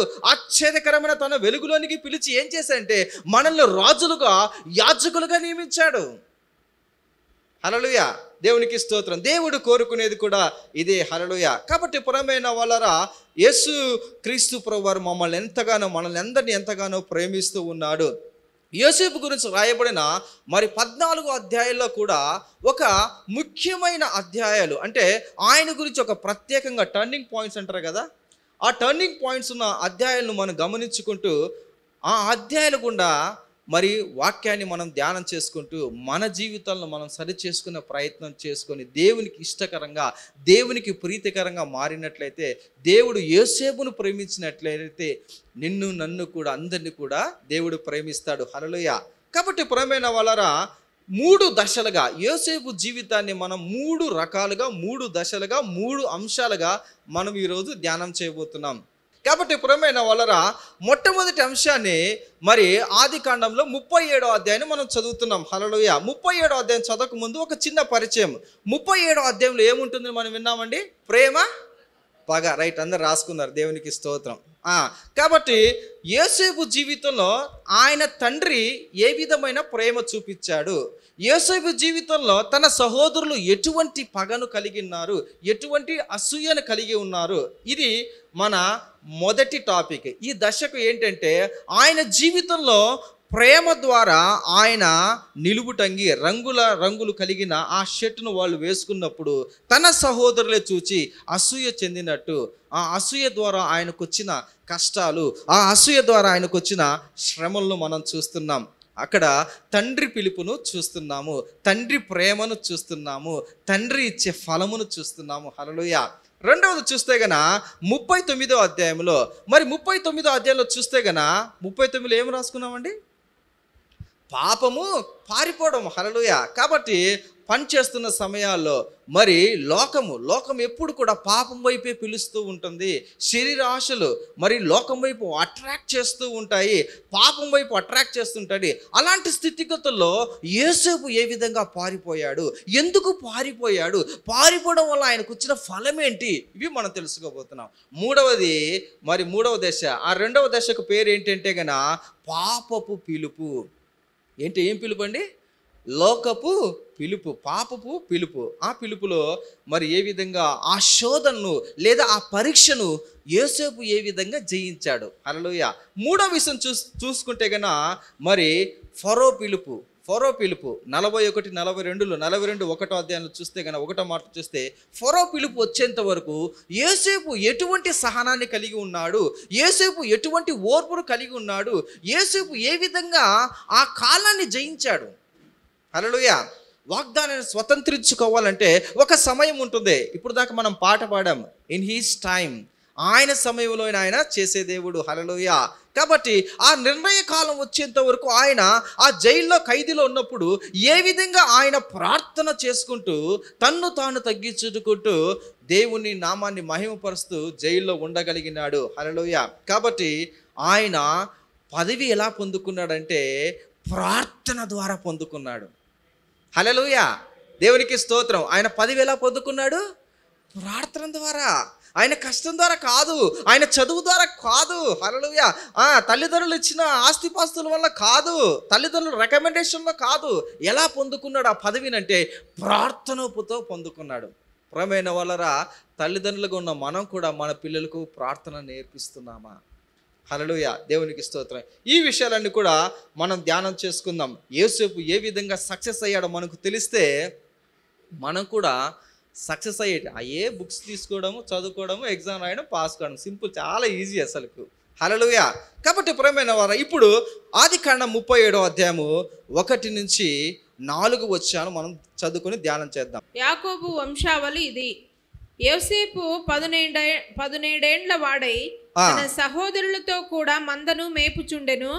అతడు చిన్నవాడై తన తండ్రి భార్యలైన బిల్హా కుమారుల యొద్దను జిల్ఫా కుమారుల యొద్దను ఉండెను. అప్పుడు యోసేపు వారి చెడుతనమును గూర్చిన సమాచారము వారి తండ్రి యొద్దకు తెచ్చుచుండువాడు. మరియు యోసేపు ఇశ్రాయేలు వృద్ధాప్యమందు పుట్టిన కుమారుడు కనుక తన కుమారులందరికంటే ఎక్కువగా అతన్ని ప్రేమించి అతని కొరకు విచిత్రమైన నిలువుటంగి కుట్టించెను. అతని సహోదరులు తమ తండ్రి అతనిని తమందరికంటే ఎక్కువగా ప్రేమించుట చూచినప్పుడు వారు అతని మీద పగపట్టి అతన్ని క్షేమ సమాచారమైనను అడగలేకపోయిరి. యోసేపు ఒక కలకని తన సహోదరులతో తెలియచెప్పగా వారు అతని మీద మరీ పగపట్టిరి. అతడు వారిని చూచి, నేను కనిన ఈ కలలు మీరు దయచేసి వినుడి. అదేమనగా, మనము చేనిలో పనలు కట్టుచుంటిమి, నా పన లేచి నిలుచుండగా మీ పనలు నా పనను చుట్టుకొని నా పనకు సాష్టాంగపడనని చెప్పెను. అందుకు అతని సహోదరులు, నీవు నిశ్చయముగా మమ్ము నేలేదవా, మా మీద నీవు అధికారి వగుదువా అని అతనితో చెప్పి అతని కలలను బట్టి అతని మాటలను బట్టి అతని మీద మరింత పగబట్టిరి. అతడు ఇంకొక కలగని తన సహోదరులకు తెలియచేసి, ఇదిగో నేను మరి ఒక కలగంటిని, అందులో సూర్యచంద్రులను 11 నక్షత్రములను నాకు సాష్టాంగపడనని చెప్పెను. అతడు తన తండ్రితోనూ తన సహోదరులతోనూ అది తెలియచేపినప్పుడు అతని తండ్రి అతనితో, నీవు కనిన ఈ కల ఏమిటి? నేను నీ తల్లియు నీ సహోదరులను నిశ్చయముగా వచ్చి నీకు సాష్టాంగ పడుదుమా అని అతన్ని గద్దించెను. అతని సహోదరులు అతని యందు అసూయపడిరి. అయితే అతని తండ్రి ఆ మాట జ్ఞాపకం ఉంచుకొనెను. చాలండి, దేవునికి స్తోత్రం, దేవుని నామానికి మహిమ కలుగును గాక. కాబట్టి పురమైన వలరా ఈ 37వ అధ్యాయం కూడా అంతా చూస్తే గన దాదాపుగా 36 వచనాలు ఉన్నాయి. ఈ 36 వచనాలను 2 పార్ట్స్గా చేసుకొని ఈరోజు ధ్యానం చేస్తున్నాం. హల్లెలూయా. మొదటి పార్ట్ 1 నుంచి కూడా మరి దాదాపుగా 11 వచనాలు ఇప్పుడు వరకు చదువుకున్న వచనాలు, రెండవది 12 నుంచి 35 వచనాలుగా మనం ధ్యానం చేయబోతున్నాం. హల్లెలూయా, దేవునికి స్తోత్రం. కాబట్టి ఈ అధ్యాయం చదువుతున్నాయి 1 నుంచి 11 వరకు మనం చదువుతున్నాయి. అందరికీ కొన్ని డౌట్స్ వచ్చింటాయి, కొన్ని ప్రశ్నలు వచ్చింటాయి. ఏం ప్రశ్నలు వచ్చాయి చెప్పండి ఒకసారి. మీకు ఏమైనా ప్రశ్నలు వచ్చాయి రాలేదా? చదివేటప్పుడు సిస్టర్ చాలా చక్కగా చదివారు, దేవునికి స్తోత్రం. ఏమైనా ప్రశ్నలు వచ్చాయా చదివేటప్పుడు? సరే, నాకు కూడా ఒక ప్రశ్న వచ్చింది. ఎందుకు వాళ్ళ నాన్న డ్రెస్ వేశారు? డ్రెస్ ఎందుకు వేశారు? 13 ఎంతమంది అండి పిల్లలు యాకోబుకు? 30 మంది. 13. ఓకే, రైట్, ఓకే, 13 మంది. ఓకే, దేవుడికి స్తోత్రం. ఓకే, 13 మంది పిల్లల్లో 13 మంది పిల్లల్లో యోసేపు ఎన్నోవాడు? 12. ఓకే, రెస్పాన్స్ ఎప్పుడు ఇటు సైడ్ వస్తుంది. 11, 13. వావ్, ఎవరు 13 అని చేయొద్దండి, చేయతాలి 13 అని వాళ్ళు. అభి 13 అని చేయటెత్తాడు, దేవునికి స్తోత్రం. కాబట్టి ప్రియమైన వాళ్ళరా, మరి యాకోబుకు యోసేపు ఎన్నో కుమారుడుగా ఉన్నాడు, ఎన్నో సంతానంగా ఉన్నాడంటే మరి 11వ వ్యక్తిగా ఉన్నాడు. హల్లెలూయా, దేవునికి స్తోత్రం. అయితే నా ప్రశ్న ఏంటంటే, ఈ 11వ కుమారుడైన యోసేపుకు యాకోబు ఎందుకు స్పెషల్గా ఒక షర్ట్ తీసుకొచ్చి వేశాడు? ప్రేమించాడు కాబట్టి, సింపుల్. సో తల్లిదండ్రులు ఉన్నారు ఇక్కడ, చెప్పాలి. మీ పిల్లల్ని ప్రేమించినప్పుడు మీరు తీసుకొస్తారా? గిఫ్ట్కి తీసుకొస్తారా, తీసుకురారా? ఏ సిస్టర్ చెప్పాలి? సిలోని సిస్టర్ చెప్పాలి. తీసుకొస్తారు కదా. సో వెరీ సింపుల్, డ్రెస్ తీసుకొచ్చి వేశారు.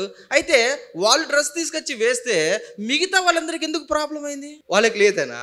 ఓ బ్రదర్ భలే అద్భుతమైన సమానం చేస్తున్నాడు, వాళ్ళకి లేదని. ఓకే, ఇంకా ఎక్కువ ఒక్కతని మాత్రం ప్రేమించాడు. ఓకే, అంటే మిగతా వాళ్ళని ప్రేమించాడు కానీ ఎక్కువగా ప్రేమించలేదు. Okay, right. ఇంకా అందరు క్లాప్స్ కొట్టండి. అది బ్రదర్ కరెక్ట్ చెప్పాడు. హల్లెలూయా, దేవుడికి స్తోత్రం, దేవుని నామానికి మహిమ కలుగును గాక. కాబట్టి పురమైన వాళ్ళరా, మరి యోసేపు జీవితంలో చూస్తే గన యోసేపు ఎవరు అసలుకు? మరి తండ్రి ఎందుకు ప్రేమించాడు, అన్నలు ఎందుకు ద్వేషించారు అనే విషయాన్ని ధ్యానం చేసుకుంటే మనం ముందుకెళ్దాం. హల్లెలూయా. మరి ప్రేమైన వాళ్ళరా, యోసేపు ఎవరు అంటే యాకోబు కుమారుడు, 11వ వాడు. ఆ వ్యక్తి వాగ్దానం ద్వారా లేదా ప్రార్థన ద్వారా పుట్టిన కుమారుడు. హల్లెలూయా. మిగతా వాళ్లకు ఈయనకు కొద్దిగా వ్యత్యాసం ఉంది, ఒక డిఫరెన్స్ ఉంది. పిల్లలు పుట్టకపోతే రాహేలు ఏడ్చి ప్రార్థన చేస్తుంది, యాకోబు కూడా ఏడ్చి ప్రార్థన చేశాడు. దేవుడు రాహేలు దర్శించి ఆమెకు ఇచ్చిన మొదటి కుమారుడు యోసేపు. హల్లెలూయా. అంటే ప్రార్థన ద్వారా పుట్టిన కుమారుడిగా ఉన్నాడు. హల్లెలూయా, దేవునికి స్తోత్రం. కాబట్టి పురమైన వాళ్ళారా, మరి తండ్రి యోసేపును ఎందుకు ప్రేమించాడంటే మరి బైబిల్ వాక్యంలో రాయబడింది 37వ అధ్యాయంలో 1 నుంచి 4 వచనాలు చదివితే ఆయన 17 సంవత్సరాల వయసులోనే ఏం చేసేవాడంటండి? చదువుదామా, ఉందా మాట? తన సహోదరులతో కూడా మందను మేపుచున్నేవాడు. 17 సంవత్సరాల్లోనే ఆయన తండ్రి చెప్పిన పనిని బాధ్యతగా తీసుకొని పనిచేసేవాడు.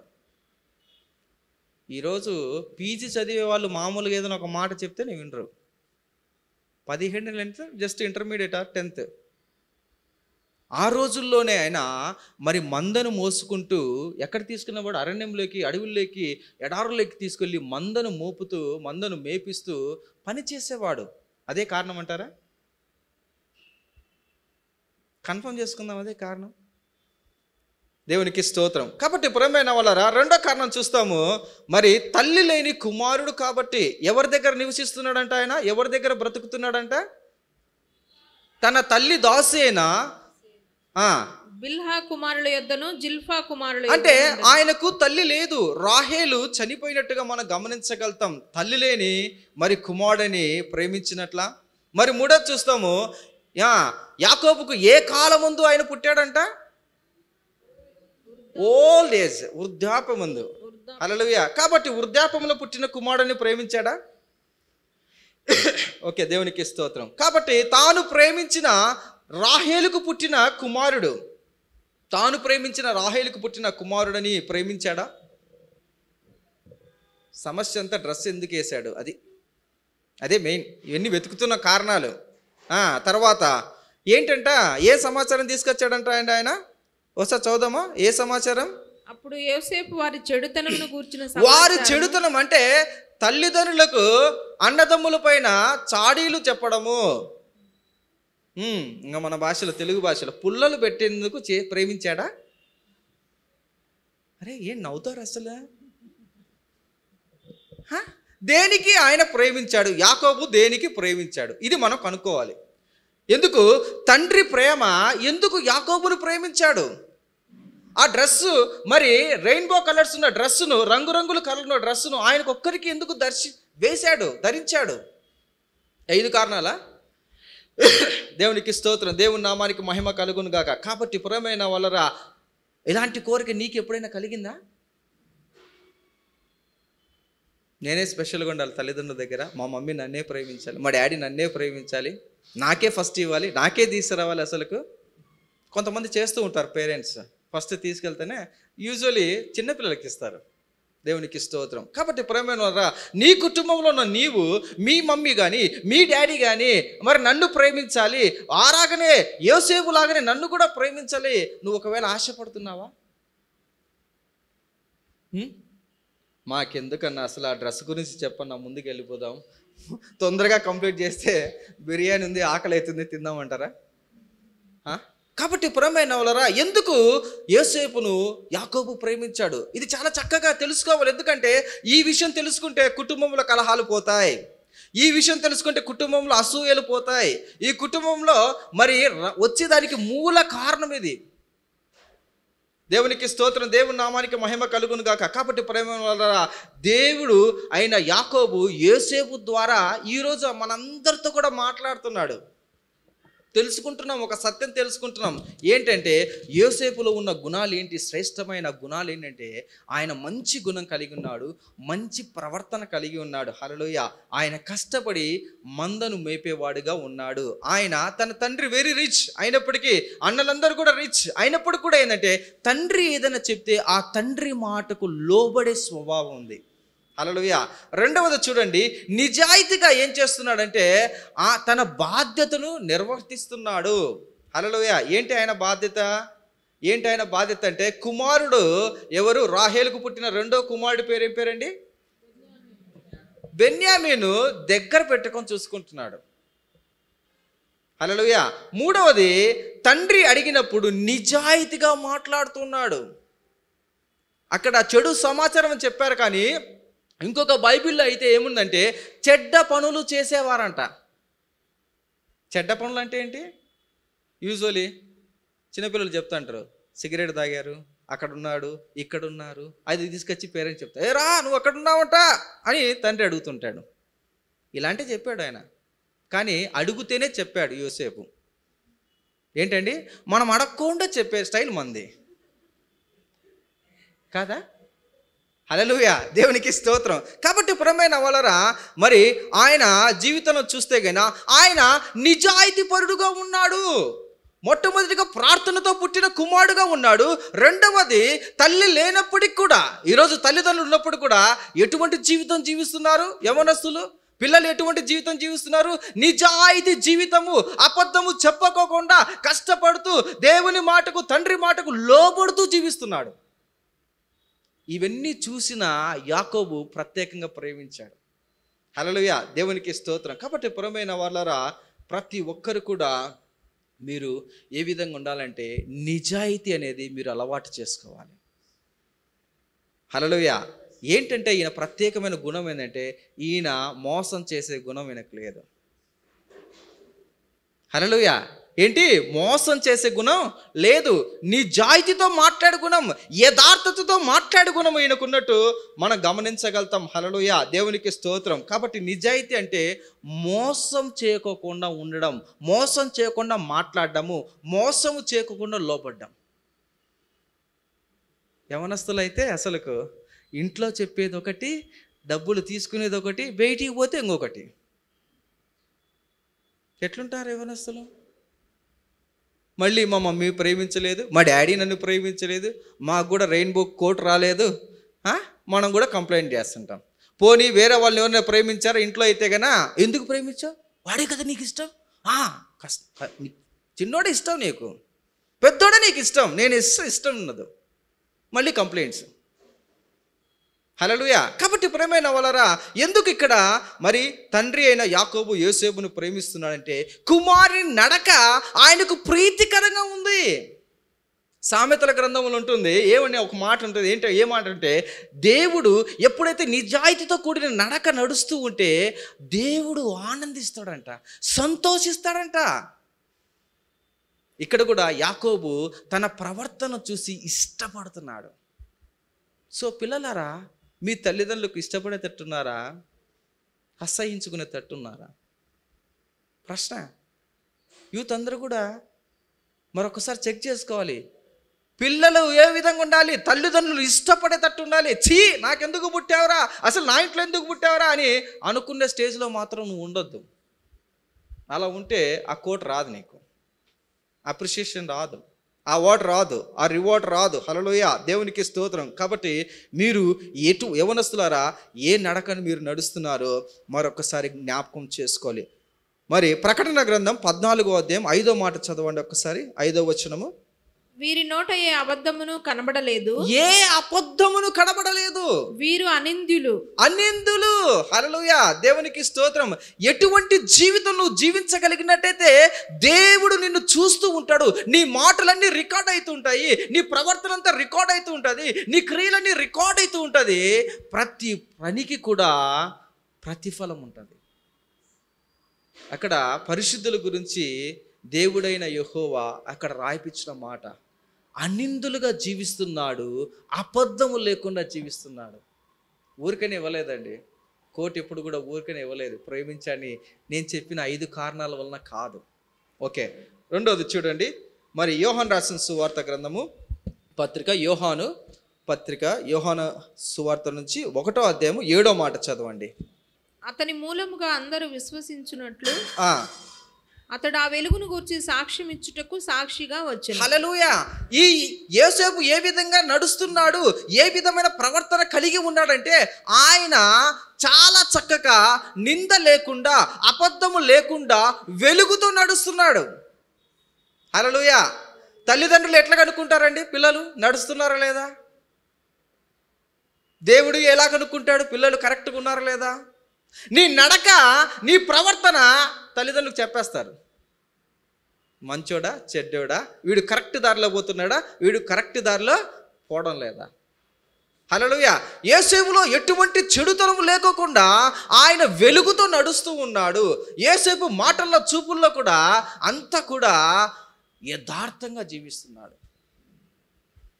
హల్లెలూయా, దేవునికి స్తోత్రం. కాబట్టి నీవు ఆ రీతిగా జీవించగలిగినట్లయితే దేవుడు ఆశపడుతున్నాడు నీకు కూడా కోటు ధరించాలని. హల్లెలూయా, దేవునికి స్తోత్రం. యాకోబు తండ్రిగా ఉన్నాడు, యోసేపు కుమారుడుగా ఉన్నాడు. ఇక్కడ మనకు తండ్రి అయిన దేవుడు యేసే తండ్రిగా ఉన్నాడు, మనం అందరం కూడా కుమారులుగా ఉన్నాం. హల్లెలూయా. ఆ కోటు కావాలంటే ఖచ్చితంగా నీ ప్రవర్తన అంతా కూడా ఆయనకు ప్రీతికరంగా మారాలి. ఆ కోటు కావాలంటే నువ్వు అబద్ధాలు చెప్పడం మానేయాలి. ఆ కోటు కావాలంటే నువ్వు మోసం చేయడం మానేయాలి. ఆ కోటు కావాలంటే నీ తల్లిదండ్రులకు నువ్వు లోబడాలి ఖచ్చితంగా. ఊరికైనా రాదండి. హల్లెలూయా. కాబట్టి పురమైన వాళ్ళరా, జోసెఫ్ లైన్ అంతా చూస్తే కన్నా ఆ 37 అధ్యాయం 1 నుంచి 11 వచనాలు గమనించినట్లయితే 2 విషయాలు మనకు తెలుసుకుంటాం. 2 విషయాలు. మొదటి విషయం ఏంటంటే యోసేపు దేవుని యందు భయభక్తులు కలిగి ఉన్నాడు. దేవుని యందు భయభక్తులు కలిగి ఉన్నాడు. రెండవది, తల్లిదండ్రుల మాటకు లోబడేవాడుగా ఉన్నాడు. హల్లెలూయా. ఒక్కసారి సామెతల గ్రంథము 22వ అధ్యాయము 4వ వచనం చదువుకుందాం. ప్రతిఫలము ఐశ్వర్యమును ఘనతయు జీవమును దాని వలన కలుగును.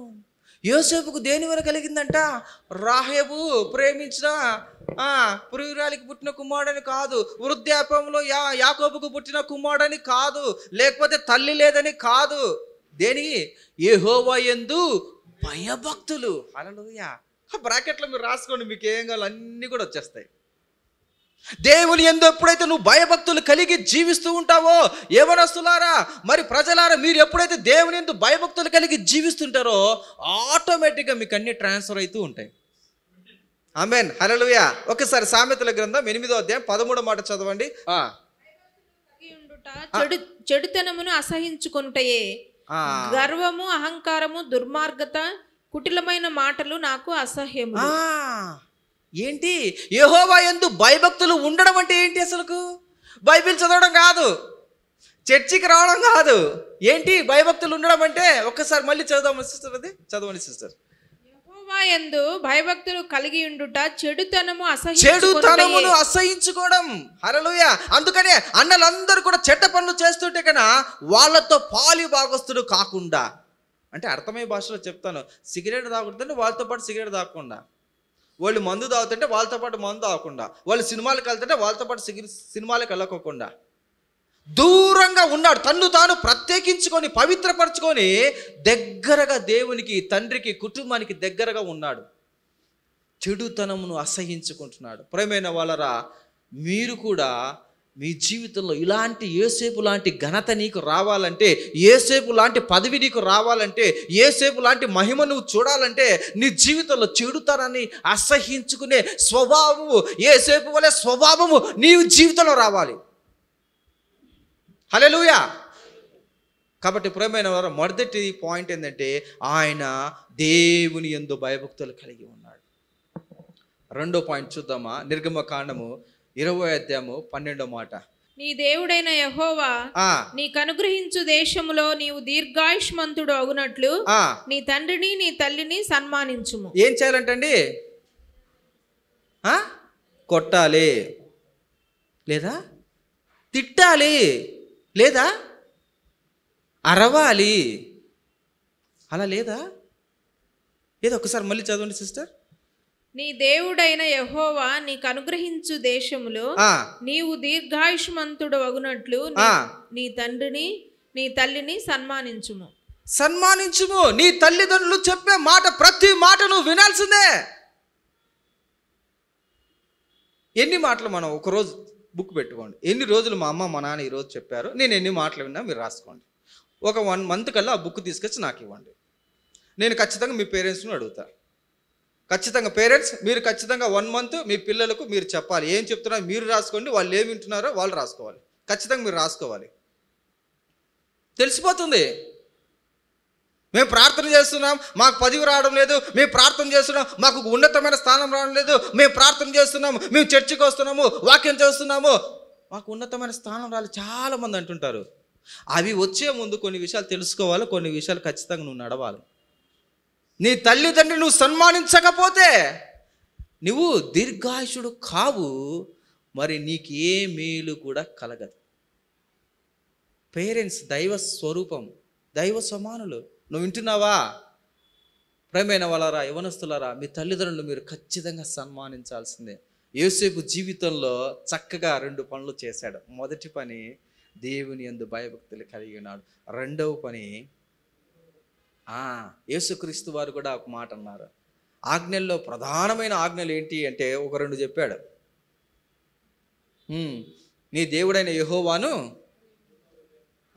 తర్వాత రెండోది నిన్ను వలె నీ పొరుగువాన్ని ప్రేమించుడు. 2 విషయాలు అంతే.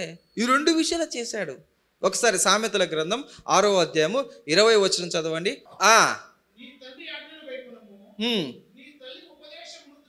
త్రోసివేయకము. మనము చెప్తే ఊరుకో, ఇంకా నీకు తెలియదులే. ఎంత ఈజీగా మాట్లాడే తల్లిదండ్రులు ఏదైనా చెప్తే అసలుకు ఇంకా చాలా. పీజీ, ఇక్కడ నువ్వు 10th, నేను పీజీ. ఎన్నిసార్లు హేళన చేస్తుంటాం చెప్పండి? సో నీ తల్లిదండ్రుల మాట నువ్వు ఖచ్చితంగా వినాల్సిందే. దేవునికి స్తోత్రం. ద్వితీయోపదేశకాండం 5వ అధ్యాయం 16వ మాట చదవండి. నీ దేవుడైన యెహోవా నీకు అనుగ్రహించు దేశములో నీవు దీర్ఘాయుష్మంతుడవై నీకు క్షేమమగునట్లు నీ దేవుడైన యెహోవా నీకు ఆజ్ఞాపించిన లాగున నీ తండ్రిని నీ తల్లిని సన్మానింపుము. నీకు అనుగ్రహించిన దేశంలో, నీకు అనుగ్రహించిన మరి లైఫ్లో నువ్వు క్షేమంగా ఉండాలంటే ఏం చేయమంటున్నా అంటే నీ తల్లి తండ్రిని సన్మానించాలి. క్షేమం రావాలి నీ జీవితంలో అంటే నువ్వు ఖచ్చితంగా నీ తల్లిదండ్రులు నువ్వు ఖచ్చితంగా సన్మానించాలి. వారు చెప్పిన మాటలు వినాల్సిందే. ఒకవేళ వినకపోతే క్షేమం చూడలేవు, శ్రమలు చూస్తావు. చివరిగా ఎఫెసీయులకు రాసిన పత్రిక 6వ అధ్యాయం 2వ మాట చదువుకుందాం. నీకు మేలు కలుగునట్లు, నీకు మేలు కలుగునట్లు నీ తండ్రిని నీ తల్లిని సన్మానింపుము. అప్పుడు నీవు భూమి మీద దీర్ఘాయుష్వంతుడవు. ఎప్పుడు అంటండి? నీ తల్లి తిట్టినప్పుడు అండి? మళ్ళీ ఒక్కసారి చదవండి. అట్లుందా అసలు? నీకు మేలు కలుగునట్లు నీ తండ్రిని నీ తల్లిని సన్మానింపుము. నీ తల్లిని నీ తండ్రిని సన్మానించుము. అప్పుడు నీవు భూమి మీద దీర్ఘాయుష్వంతుడవుతావు. నీకు క్షేమం వస్తుంది, నీకు మేలు కలుగుతుంది, నీకు పదవి వస్తుంది. వెరీ ఈజీ కదండి. అసలు మనమేమైనా పక్కింటి వాళ్ళని ప్రేమించమన్నావా?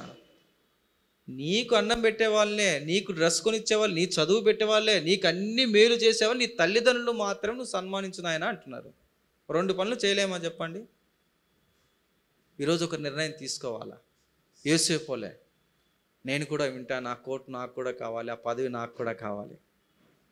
హల్లెలూయా, దేవునికి స్తోత్రం. కాబట్టి పురమైన వాళ్ళారా, మరి ఈ సమయంలో అనుకోవచ్చు యవనస్తులందరూ, అన్న అసలు భలే ఫిక్స్ చేశాడు, యవనస్తులు రిట్రీట్ పెట్టి, యవనస్తులు మీటింగ్ పెట్టి మాకే క్లాస్ పిక్తాడా అని. హృదయంలో ఉంటుంది ఖచ్చితంగా. మా పేరెంట్స్ని పిలిపించి, మా పేరెంట్స్ మీదర మమ్మల్ని మామూలు లేదు అసలు విషయం. ఓకే, మీరేం టెన్షన్ పడద్దు, 2వ పాటలకు వెళ్దాం. 2వ పాటలు అక్కడ కూడా ఉంటుంది వాళ్ళకు. హల్లెలూయా, దేవునికి స్తోత్రం. కాబట్టి పురమైన వాళ్ళరా, మరి మొదటి విషయంలో పిల్లలు ఏ విధంగా ఉండాలని తెలియచేశాడు దేవుడు పిల్లలు ఏ విధంగా ఉండాలి, వాళ్ళు ఆశీర్వదించబడాలంటే, వారు ఉన్నతమైన పదవిలోకి రావాలంటే, ఉన్నతంగా దీవించబడాలంటే ఏ విధంగా ఉండాలో దేవుడు మనందరితో కూడా మాట్లాడు. ఇప్పుడు పెద్దలు ఏ విధంగా ఉండాలి? దేవునికి స్తోత్రం. కాబట్టి ప్రియమైన వాళ్ళరా, తల్లి తండ్రులు ఏ విధంగా ఉండాలి, అన్న తమ్ములు ఏ విధంగా ఉండాలి, పెద్దలు ఏ విధంగా ఉండాలి? దేవునికి స్తోత్రం. కాబట్టి ప్రియమైన వాళ్ళరా, యోసేపుకు వచ్చే కష్టాలకు మూల కారణం అసలు ఏంటండి?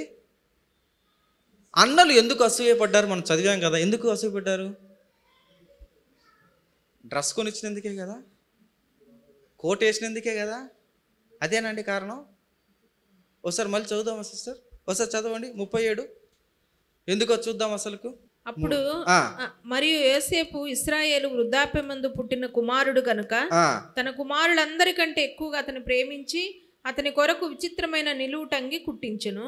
అతని సహోదరులు తమ తండ్రి అతనిని తమ అందరికంటే ఎక్కువగా ప్రేమించుట చూచినప్పుడు వారు అతని మీద పగపట్టి అతని క్షేమ సమాచారమైనను అడుగులేకపోయిరి. దేవునికి స్తోత్రం. ప్రేమైన వాళ్ళరా, తల్లిదండ్రులు ఏ విధంగా ఉండాలంటే తల్లిదండ్రులకు పిల్లలకు ఆటంకంగా ఉండకూడదు.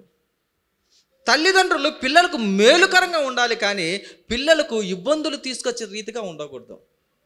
హల్లెలూయా. చూడండి, ఆ కోటు వేశాడు. కోటు వేసినందుకు అప్పుడు దాకా పాపం అన్నదమ్ములు బాగానే ఉండింటారు ఖచ్చితంగా. ఆ కోటు వేయడం వల్ల ఆ రోజు నుంచి డివిజన్ స్టార్ట్ అయింది. ఆ రోజు నుంచి వ్యతిరేకత ప్రారంభమైంది. ఆ రోజు నుంచి వాళ్లకు వీళ్లకు ద్వేష స్వభావం ప్రారంభమైంది. ఆ రోజు నుంచి వాళ్లకు వీళ్ళు కంప్లీట్గా శత్రువులుగా మారిపోయారు. దీనంతటికి కారణం ఏంటంటే, ప్రేమైన వాళ్ళరా, పెద్దలారా, తల్లిదండ్రులారా, మీరు మీ పిల్లల విషయంలో పక్షపాతంగా ఉండకూడదు. ఏంటి, ఎలా పక్షపాతం చూపిస్తారు? నిజంగా చూపిస్తారా? ఎవరు చూపించారా? పేరెంట్స్ ఎవరు చూపించారా? చూపిస్తారా? పక్షపాతం స్ట్రైట్గా ప్రశ్న, సూటిగా. ఎంతమంది పేరెంట్స్ ఉన్నారు ఇక్కడ? వాళ్ళందరూ కూడా చెప్పాలా. చూపిస్తారా? చూపించారా? హరి బ్రదర్ చెప్పాడు. ఓకే, దేవునికి స్తోత్రం. కాబట్టి ప్రియమైన వాళ్ళరా, పక్షపాతం ఎలా చూపిస్తారో తెలుసా? తండ్రి నా రూపంలో ఉన్నాడు, నా ఇమేజ్లో ఉన్నాడు, నా లక్షణాలు కలిగి ఉన్నాయి, నా స్వభావం కలిగి ఉంది, నేను చెప్పిన మాటనే వీడు వింటాడు అసలుకు. అంటే వాళ్ళ అమ్మ మాట వినకూడదని. తల్లి ఏం చేస్తుంది అసలుకు? తల్లి అయితే కన్నా నా కొంగు పట్టుకొనే ఉంటాడు, వీడికి మాత్రమే దోశ, వీడికి మాత్రం టిఫిన్, వీడికి మాత్రం అన్నీ. నా కళ్ళు, అయ్యో నేను చదివినట్టే, నేనున్నట్టే ఖచ్చితంగా స్టాంపు వీడు అసలుకు. సరే, ఒక ఎగ్జాంపుల్ తీసుకుందాం. 3 పిల్లలు ఉన్నారు. ఓ కొడుకేమో తండ్రి పోలిక, సరే కూతురు వచ్చేసి తల్లి పోలిక. మరి మధ్యలో వాడికి ఏ పోలిక రాలేదు. వాడి పరిస్థితి ఏందమంటారు? ఏంటి పరిస్థితి? సరే, మీకు అనుమానం రావచ్చు, ఇక్కడ చదువుకున్న DNA టెస్ట్ కూడా చేయించారు, వాళ్ళకి పిల్లలు పుట్టారు. ఏంటి పరిస్థితి? సో పక్షపాతం మీరు చూపించకూడదు. హల్లెలూయా. పక్షపాతం చూపిస్తే చాలా ప్రమాదాలు వస్తాయి. సాతానుకు అవకాశం ఇచ్చిన వారుగా అవుతారు. హల్లెలూయా. ఒకసారి యోబు రాసిన గ్రంథము 13వ అధ్యాయము 10వ వచనం చదవండి. నిశ్చయముగా తల్లిదండ్రులు ఎంత సీక్రెట్ చేస్తారు తెలుసా? అసలు చాలా టెక్నిక్గా చేస్తారు. అసలు ప్రేమ చూపించారని మనకు తెలియదు. అంటే కోట్ వేసారు కాబట్టి ఇక్కడ తెలిసింది, లేకపోతే అసలు తెలియదు. తండ్రి చూపిస్తాడు, అట్లనే తల్లి చూపిస్తాడు. కానీ దేవుడు మాత్రం, లాస్ట్ వీక్ మనం విన్నాం, రవి హృదయంలో కన్ను ఉంది, దేవుడు చూస్తున్నాడని. అవి చూస్తూ ఉంటాడు. బాబా ఏం యాక్టింగ్ రా బాబా, అసలు మామూలు కాదు అసలు. తల్లి తండ్రి ఎట్లంటే రహస్యంగా ప్రేమిస్తూ ఉంటారంట. దేవునికి స్తోత్రం. ఆ రీతిగా ఉండకూడదు. అలాగనే సామెతల గ్రంథము 28వ అధ్యాయము 21వ మాట చదవండి. పక్షపాతము చూపుట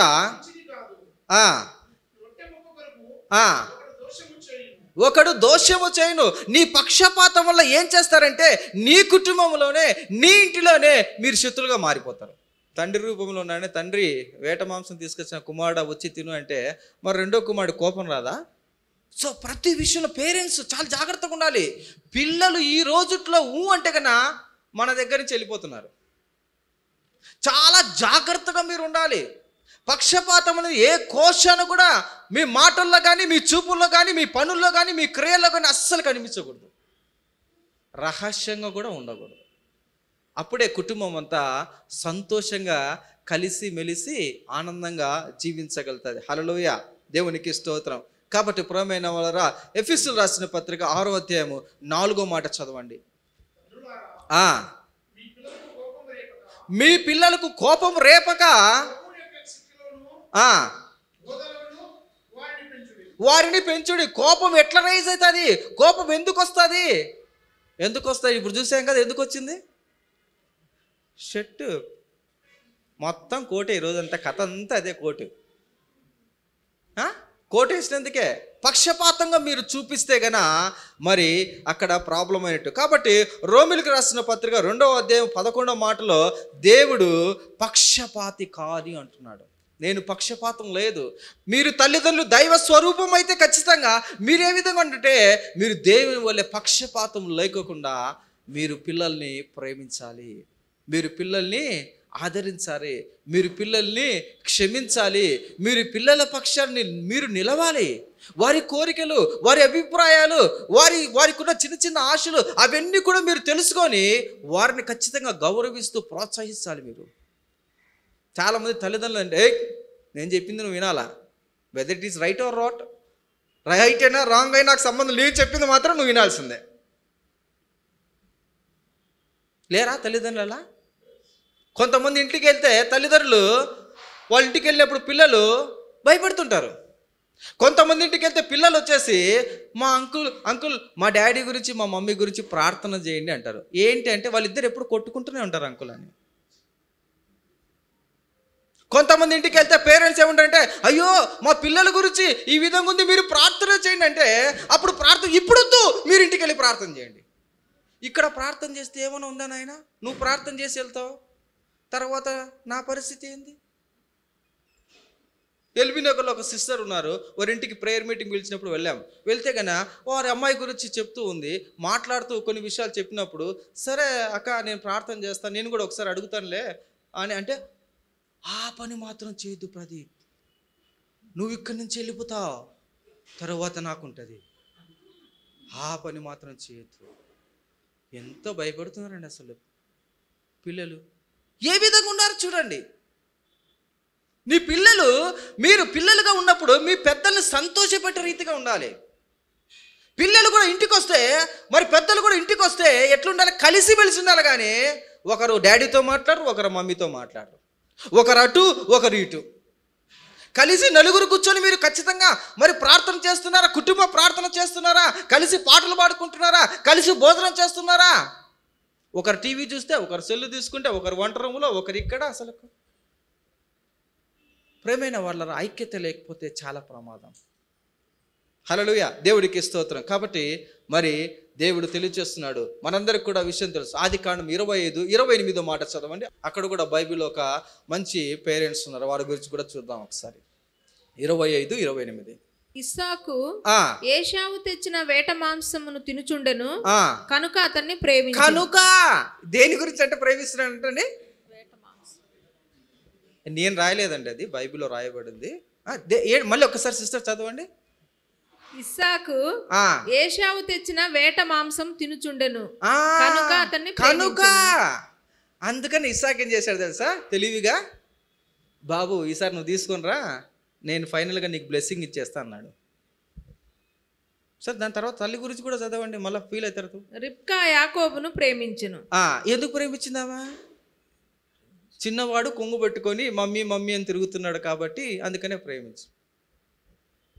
చూడండి ప్రేమైన వాళ్ళరా, మనము పోయిన వారం మనం యాకోబు గురించి, రెబకా గురించి, ఇస్సాకు గురించి మనం మాట్లాడుకున్నాం. వారి జీవితంలో వారి ఆశీర్వాదం పొందుకున్నారా? తండ్రి ఏమో పెద్దవాడిని దీవించాలని ఆశీర్వించాలనుకున్నాడు, తల్లి మాత్రం ఎలా అయినా దొంగతనమైన మోసం చేసైనా బ్లెస్సింగ్ మాత్రం ఇద్దరు అనుకున్నారు. పోనీ అతను యాకోబు పొందుకున్నాడు, అనుభవించాడా దీవెనలు? లేదు, టోటల్గా ముగ్గురు ఫెయిల్.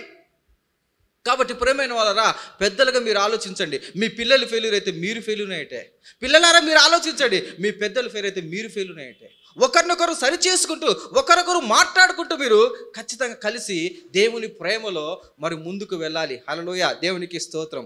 కాబట్టి గళితీయులు రాసిన పత్రిక 6వ అధ్యాయము 7వ మాట చదివితే గన అక్కడ ఏది విత్తితే అదే కోస్తారు. హల్లెలూయా. మోసపోకుడి, దేవుడు వెక్కిరింపబడ్డు.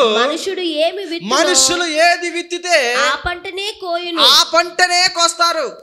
తల్లిదండ్రులు ఏంటి విత్తారు? మటన్ కోసము ఓ పంట విత్తాడు, తల్లి మోసంతో ఒక పంట పెట్టింది, వాళ్ళు అదే చూశారు. చూడండి మరి రెబకా యాకోబు వెళితే మళ్ళీ లైఫ్లో ఇంకొకసారి కొడుకునే చూడలేదు. మోసంతో పొందుకోవాలనుకుంది, మళ్ళీ చూడలేదు. చూసిందండి? చూడలేదు. మనం అందరం ధ్యానం చేసాం. కాబట్టి ప్రియమైన వారా, నీవు ఏదైతే నువ్వు విత్తుతావో అదే కోస్తావు. కాబట్టి జాగ్రత్తగా ఉండాలి. అది పిల్లలైనా సరే పెద్దలైనా సరే ఖచ్చితంగా మోసమును నువ్వు ఎంకరేజ్ చేయకూడదు, అబద్ధాలను ఖచ్చితంగా ఆడకూడదు, నిజాయితీగా నువ్వు బ్రతకడం నేర్చుకోవాలి. తల్లిదండ్రులు ఏ స్వభావాన్ని ఖచ్చితంగా ఉంటారో పిల్లలు కూడా అదే స్వభావంలో ఖచ్చితంగా ముందుకెళ్తారు. హల్లెలూయా. మన దేవుడు కపటము లేనివాడు. ఆయన స్వరూపంలో మనం విన్నాం. మనం కూడా ఏ విధంగా అంటే ఆయన వలె, ఆయన రూపం వలె అనుదినము నీవు మారుతూ ఉండాలి. హల్లెలూయా, దేవునికి స్తోత్రం. మరి రెండో విషయం చూస్తే సహోదరులు, అన్నలు, మరి అక్కలు లేదా తమ్ముళ్ళు, చెల్లెలు కుటుంబంలో ఉంటారు. వీళ్ళు ఎందుకు అసూయపడ్డారు? మమ్మీ ప్రేమించింది, లేకపోతే డాడీ ప్రేమించారు, కోట్ ఇచ్చారు. మరి వీళ్ళు ఎందుకు? Wrong thought. హల్లెలూయా. ఎందుకు? వీళ్ళ చెడుతనాన్ని గురించి చెప్తున్నారు కాబట్టి వీళ్ళకు ఇష్టం లేదు. అలా అనుకోవచ్చు కదా, అరే నిజంగానే మేము సిగరెట్ తాగినప్పుడు చూశాడు, ఆడిపోయి చెప్పాడు, వాడినే తప్పులే అనుకోవచ్చు. ఈడు చెప్పాడు కాబట్టి నన్ను అడిగాడు మా మమ్మీ. అరే నువ్వు చేసిన తప్ప నువ్వు అనుకోవా? నువ్వు చేసే తప్పు అనుకోవా నువ్వు? ఇలా ఆలోచించరు. అరే పాపం తల్లి లేదు కదా, వాడు 11 కుమారుడు కదా, పాపం అసలు అని అట్లా అనుకుంటారా? అట్లా ఆలోచించే సమస్య లేదు అసలు. ప్రేమైన వాళ్ళరా, నువ్వు జాగ్రత్తగా ఆలోచించాలి. హల్లెలూయా, దేవునికి స్తోత్రం. సామెతల గ్రంథం 21వ అధ్యాయము 29వ మాట చదవండి. భక్తిహీనుడు తన ముఖమును ముడుచుకొనును. ఏంటండి? ముడుచుకొనును. యథార్థవంతుడు తన ప్రవర్తనను చక్కపరుచుకుంటారు. చూడండి, వీళ్ళు ఏం చేస్తారు? ప్రశ్నించగానే అసూయతో మూతి ముడుచుకొని పక్కకి వెళ్ళిపోయారు. టైం వస్తుంది లేరా, మాకు కూడా టైం వస్తుంది, చూద్దాంలే అని. ఒకసారి అదే సామెతల గ్రంథం 19వ అధ్యాయము 2వ మాట చదవండి. ఒకడు తెలివి లేకుండుట మంచిది కాదు, తొందరపడి నడుచువాడు దారి తప్పిపోతాడు. 14:8 కూడా చదవండి. సామెతలు 14:8. తన ప్రవర్తనను కనిపెట్టి ఉండుట వివేకుల జ్ఞానమునకు లక్షణము, మోసకృత్యములే బుద్ధిహీనులు కనుపరుచు మూఢత. వీళ్ళు సహోదరులు ఏ విధంగా ఉన్నారంటే చాలా జ్ఞానవంతంగా ఉన్నారు అసలు.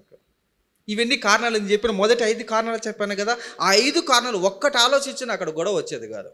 ఒక్కటి ఆలోచించాలే.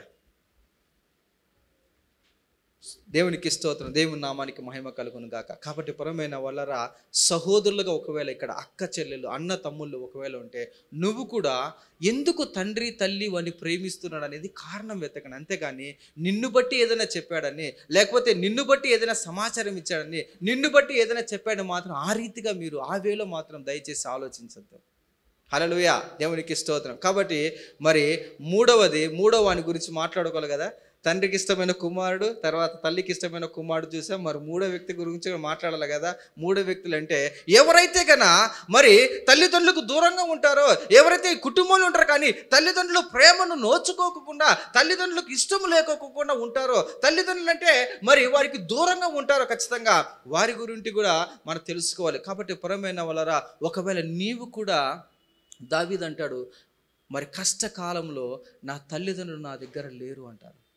కాబట్టి పురమైన బైబిల్ వాక్యం సెలవిస్తుంది, నీ తల్లి నిన్ను ప్రేమించినా ప్రేమించకపోయినా నేను ఒకని తల్లి వల్ల నిన్ను ప్రేమిస్తాను, నిన్ను ఆదరిస్తాను. హల్లెలూయా, దేవునికి స్తోత్రం. కాబట్టి పురమైన వాళ్ళారా, ఈ సమయంలో ఉన్న మీరు ఒకవేళ ఎవరైనా తల్లి ప్రేమ లేకపోతే తండ్రి ప్రేమ పొందుకోలేక మరి నిర్భాగ్యమైన మరి భయంకరమైన స్థితిగతుల్లో ఉంటే దేవుడు మనకు సెలవిస్తున్న మాట ఏంటంటే, నేను నీకు తోడుగా ఉన్నాను. యోసేపుకి ఏ విధంగా అయితే తోడుగా ఉన్నానో నేను మీకు తోడుగా ఉంటాను. హల్లెలూయా. కాబట్టి కీర్తన గ్రంథం 103వ అధ్యాయము 13వ మాట చదవండి. తండ్రి తన కుమారుడు ఎలా జారిపడినట్లు యెహోవా తన యందు భయభక్తులు చూడండి. హల్లెలూయా, తన యందు. ఒకవేళ నీ తల్లి నీ కుటుంబంలో ప్రేమించకపోయినా, ఒకవేళ నీ కుటుంబంలో నీ తండ్రి ప్రేమించకపోయినా, వారు ఇరువురు కూడా నిన్ను నిరాకరించినా, వారు నిన్ను పక్కన పెట్టేసినా, నీవు మాత్రం యెహోవా యందు భయభక్తులు కలిగి ఉంటే ఆయన నిన్ను ప్రేమిస్తాడు. హల్లెలూయా. ఆయనతో నువ్వు కాంటాక్ట్ పెట్టుకో. తల్లి లేదని తండ్రి లేదని కాదు, కానీ ఆయనతో నువ్వు కాంటాక్ట్ మెయింటైన్ చేయగలంటే ఆయన నీకు సహాయం చేస్తాడు. హల్లెలూయా. యెషయా గ్రంథం 66:13 మాట చదవండి. ఒకని తల్లి వానిని ఆదరించినట్లు నేను మిమ్మల్ని ఆదరిస్తాను. మీ తల్లి ఆదరించకపోయినా, మీ తండ్రి ఆదరించకపోయినా, మీ సహోదరులు ఆదరించకపోయినా, నువ్వు కానీ నాతో కాంటాక్ట్ పెట్టుకుంటే నేను మిమ్మల్ని ఆదరిస్తాను. హల్లెలూయా, దేవునికి స్తోత్రం, దేవుని నామానికి మహిమ కలుగును గాక. కాబట్టి ప్రియమైన వాళ్ళరా, ఈ సమయంలో నీవు నీ కుటుంబంలో దేవుని యందు భయభక్తులు కలిగి ఉంటే, యథార్థంగా నువ్వు జీవిస్తూ ఉంటే, నమ్మకంగా నువ్వు బ్రతుకుతూ ఉంటే, నీ జాయితీతో నువ్వు నడుస్తూ ఉంటే ఖచ్చితంగా దేవుడు నిన్ను చూస్తూ ఉంటాడు. నీ తల్లి ప్రేమించకపోయినా, నీ తండ్రి ప్రేమించకపోయినా, నీ సహోదరులు, నీ అన్నదమ్ములు, మీ అక్కచెల్లు ఎవరు మిమ్మల్ని ప్రేమించకపోయినా ఆయన నిన్ను చూస్తూ ఉంటాడు. నిన్ను చక్కగా ఆయన నడిపిస్తాడు. హల్లెలూయా, దేవునికి స్తోత్రం. కాబట్టి కీర్తన గ్రంథము 37వ అధ్యాయము 23వ మాట చదవండి. 23వ మాట, ఒకని నడత యెహోవా చేతనే స్థిరపరచబడును, వాని ప్రవర్తన చూచి ఆయన ఆనందిస్తాడు. హల్లెలూయా, తండ్రి చూచి ఆనందించాడు కాబట్టి కోటు వేశాడు. హల్లెలూయా, దేవునికి స్తోత్రం. ఒకవేళ నీవు కూడా నీ ప్రవర్తన సరి చేసుకుని యెహోవాతో, దేవునితో, యేసుక్రీస్తు వారితో నువ్వు కాంటాక్ట్ ఉండి దేవుని యందు భయభక్తులు కలిగి జీవిస్తూ ఉంటే ఆయన నిన్ను చూస్తాడు. నీ తల్లిదండ్రులు నీకు రివార్డ్ ఇవ్వకపోయినా, నీ తల్లిదండ్రులు నీకు కోటు వేయకపోయినా ఆయన సమస్తము నీకు ఇస్తాడు.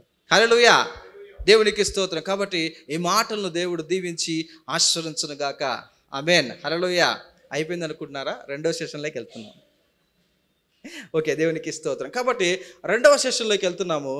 మరి రెండవ సెషన్లో ఏంటంటే గన మరి 37వ అధ్యాయంలో మరి చెప్పుకున్న ప్రకారం 12వ వచనం నుంచి మరి 36వ వచనం వరకు కూడా అక్కడ చూస్తాం. అక్కడ ఏంటంటే మరి ప్రత్యేకమైన కాలం వచ్చినప్పుడు అన్నదమ్ములకు చెప్పడము, అక్కడి నుంచి వారు మరి చీదరించుకోవడము, పగబట్టడం చూస్తాము. మరి తండ్రి అయిన మరి యాకోబు యోసేపును ఎక్కడికి పంపిస్తాడంటే, వారు అన్నలు దోతాన్ అనే ప్రాంతంలో వారు మందను మేపుతూ ఉంటారు. అక్కడికి కుమారుడైన యోసేపును పంపిస్తాడు. హల్లెలూయా. అక్కడ మనందరికీ కథ తెలుసు. ఏంటంటే అక్కడ ప్రతీకారం తీసుకునే అవకాశం వారికి వస్తుంది. అక్కడ ప్రతీకారంతో వేచి చూస్తున్న అన్నలకు ఒక్కడుగా కనిపించడము, అక్కడ కొట్టడము, గుంటలో పడేయడము, గుంటలోంచి తీసి 20 వెండి నాణేలకు అక్కడ ఇస్మాయిలుకు వారికి అమ్మివేయడము, వారు తీసుకెళ్ళి పోతీఫరుకు అప్పచెప్పడం, అమ్మివేయడము అనేది మనం చూస్తాం. హల్లెలూయా. కాబట్టి ఆ విషయం అంతా కూడా గమనించినట్లయితే గన మరి అన్నదమ్ములతో అష్ట కష్టాలు. మనకెక్కడో శత్రువులు ఉన్నారు, కుటుంబంలో ఉంటారు. వెన్నుపోటు పొడిచే వాళ్ళు ఎక్కడ ఉంటారు? పక్కనే ఉంటారు. ఈజీగా ఉంటుంది కాబట్టి అట్లా. కాబట్టి ప్రియమైన వాళ్ళరా, ఈయన చక్కని ప్రవర్తన కలిగి ఉన్నాడు. కానీ వారికి నచ్చక మరి అన్నదమ్ములందరూ అసూయ కలిగి మరి యోసేపును దారుణంగా చిత్రవధ చేసినట్టు మనం గమనించగలుగుతాం. చాలాసార్లు ఈ మాట అంటుంటాం, అయ్యో పాపం వెళ్తే నాకు అంటుకుంటుందేనని. పోనీలేని పాపం నాకు చుట్టుకుందండి అసలుకు అంటారా? చాలాసార్లు అంటూ ఉంటారు. హల్లెలూయా. కాబట్టి చూడండి, కుమారుడు యోసేపు క్షేమం కనుక్కోరా నాయన అని పంపిస్తే ఈయన క్షేమం కోసము ఆయన వెళ్తే ఆయన్ను క్షేమం చేసేశారు మొత్తం కంప్లీట్గా. తండ్రి మాటకు లోబడి వెళితే పరిస్థితి తల్లకిందులు అయిపోయింది. యోసేపు పరిస్థితి ఏ విధంగా ఉందంటే, నా అనుకున్న వారి విషయం కక్కి కొన్నిసార్లు ఇలాంటి పరిస్థితి మనం చూస్తుంటాం మన కుటుంబాల్లోనే. ఎందుకు మా అక్క ఇలా చేస్తుంది, ఎందుకు మా చెల్లి ఇలా చేశాడు, ఎందుకు మా అన్న ఇలా చేశాడు, ఎందుకు మా తమ్ముడు ఇలా చేశాడు, ఎందుకు మా వాళ్ళు ఇలా చేశారు, ఎందుకు అని ఆలోచిస్తుంటారు. దానంతటికీ హృదయములో ఉన్న అసూయ. హల్లెలూయా. చూడండి, ప్రేమించటం నేరమా, నమ్మడమే నేరమా, వెళ్ళడమే నేరమా, అన్నల ఆకలి తీర్చడమే నేరమా, తండ్రి మాటకు లోబడడమే నేరమా? యోసేపు ఏం చేశాడండి అసలుకు? నా ప్రశ్న, యోసేపును తండ్రి పోయి అడిగాడా, నాన్న నాకు రెయిన్బో కోట్ అయినా అడిగాడా? ఆయన ఏమన్నా అడిగాడు? అసలు ఆయన ఏం చేసింది లేదు. చూడండి ఎలా పరిస్థితి అయిపోతుందో. హల్లెలూయా, దేవునికి స్తోత్రం. కాబట్టి ప్రియమైన వాళ్ళరా, ఈయన మరి 20-30 కిలోమీటర్లు ఇక్కడి నుంచి, ఆ ప్రాంతం నుంచి ఎక్కడి నుంచి పంపించాడండి? అక్కడ రాయబడితే గన ఎక్కడికి వెళ్ళారు? దోతాను అనే ప్రాంతంలోకి 20-30 కిలోమీటర్లు నడుచుకుంటే ఆ ఆహారం తీసుకొని, అన్నదమ్ములకు ఆహారం తీసుకొని వెళుతున్నప్పుడు జరిగిన సంఘటనలన్నీ కూడా మేము స్కిట్లు అనుకున్నాము. అనివార్య కారణాల వల్ల స్కిట్ వేయలేకపోయాం. ఆ స్కిట్ వేస్తే కన్నా యోసేపు గురించి అంతా తెలిసేది. కాబట్టి పురమైన వాళ్ళరా, ఈ సమయంలో దేవుడు తెలియజేస్తున్న మాట ఏంటంటే, మరి నువ్వు ఏ పరిస్థితిలో ఉన్నా, మరి ఎలాంటి స్థితిగతుల్లో ఉన్నా, మరి దేవుడు నిన్ను రక్షించడానికి సమర్థుడు. హల్లెలూయా. ఎటువంటి అసూయతో ఉన్నా కూడా వారు ఏం చేశారంటే, ఆ యోసేపుని ఏం చేశారంటే గుంటలో పడేశారు, తర్వాత అమ్మివేశారు. 2 విషయాలు అక్కడ ప్రాముఖ్యంగా ఉంటుంది. గుంటలో పడివేశారు, తర్వాత అమ్మివేశారు. కీర్తన గ్రంథం సెలవిస్తుంది చూడండి ఒకసారి. కీర్తనలు 42వ మాట 42వ మాట ఏం సెలవిస్తుంది అంటే గన నువ్వు ఎటువంటి గుంటలో ఉన్నా కూడా దేవుడు నిన్ను విడిపించేదానికి నాశనకరమైన గుంటలో నుండి జిగటగల దొంగల ఊబిలో నుండి ఆయన నిన్ను పైకి లేవనెత్తును. యోసేపు ఎవరితో కాంటాక్ట్ అయినాడు అంటే దేవునితో కాంటాక్ట్ అయినాడు. కాబట్టి ఎవరున్నా ఎవరు లేకపోయినా యోసేపును గుంటలో నుంచి పైకి తీసినట్టుగా మనం గమనించగలుగుతాం. హల్లెలూయా. నీతిమంతులు ఎన్నిసార్లు పడిపోయినా లేస్తారండి? సామెతలు 16వ అధ్యాయంలో ఉంటాయి, 24వ అధ్యాయంలో ఉంటాయి. నువ్వు ఎన్నిసార్లు పడిపోయినా కూడా, ఎన్నిసార్లు నిన్ను తోసేసినా కూడా, గుంటలో ఎన్నిసార్లు పడిపోయినా కూడా దేవుడు నిన్ను ఖచ్చితంగా లేపుతాడు. ఎందుకంటే నీకు ఆయనకు కాంటాక్ట్ ఉంది కాబట్టి. కాంటాక్ట్ లేకపోతే నీ పరిస్థితి బహుఘోరంగా అయ్యింది. కాబట్టి ప్రియమైన వారా, సమయం ఆసమవుతుంది కాబట్టి మరి దేవుని చిత్తం అయితే మరొకసారి ఆ మిగిలిన సెషన్స్ కూడా మనం ధ్యానం చేసుకుందాం. హల్లెలూయా. కాబట్టి ఈ వర్తమానం ద్వారా దేవుడు నీతో నాతో మనందరితో కూడా మాట్లాడుతున్న మాట ఏంటంటే నీవు దేవుని యందు భయభక్తులు కలిగి ఉండాలి. దేవుని యందు భయభక్తులు కలిగి ఉంటే దేవుడు నీకు అన్ని విషయాల్లో దేవుడు సహాయం దయచేస్తాడు. మరి ముఖ్యంగా యవనస్తులారా, మీరందరూ కూడా మీ తల్లిదండ్రులకు లోబడాలి. దేవుని మాటకు మీరు లోబడాలి. దేవుని యందు భయభక్తులు కలిగి మీరు ఉండాలి. దేవుడు వాక్య భాగాన్ని దేవుడు దీవించి ఆశీర్వదించును గాక. ఆమేన్.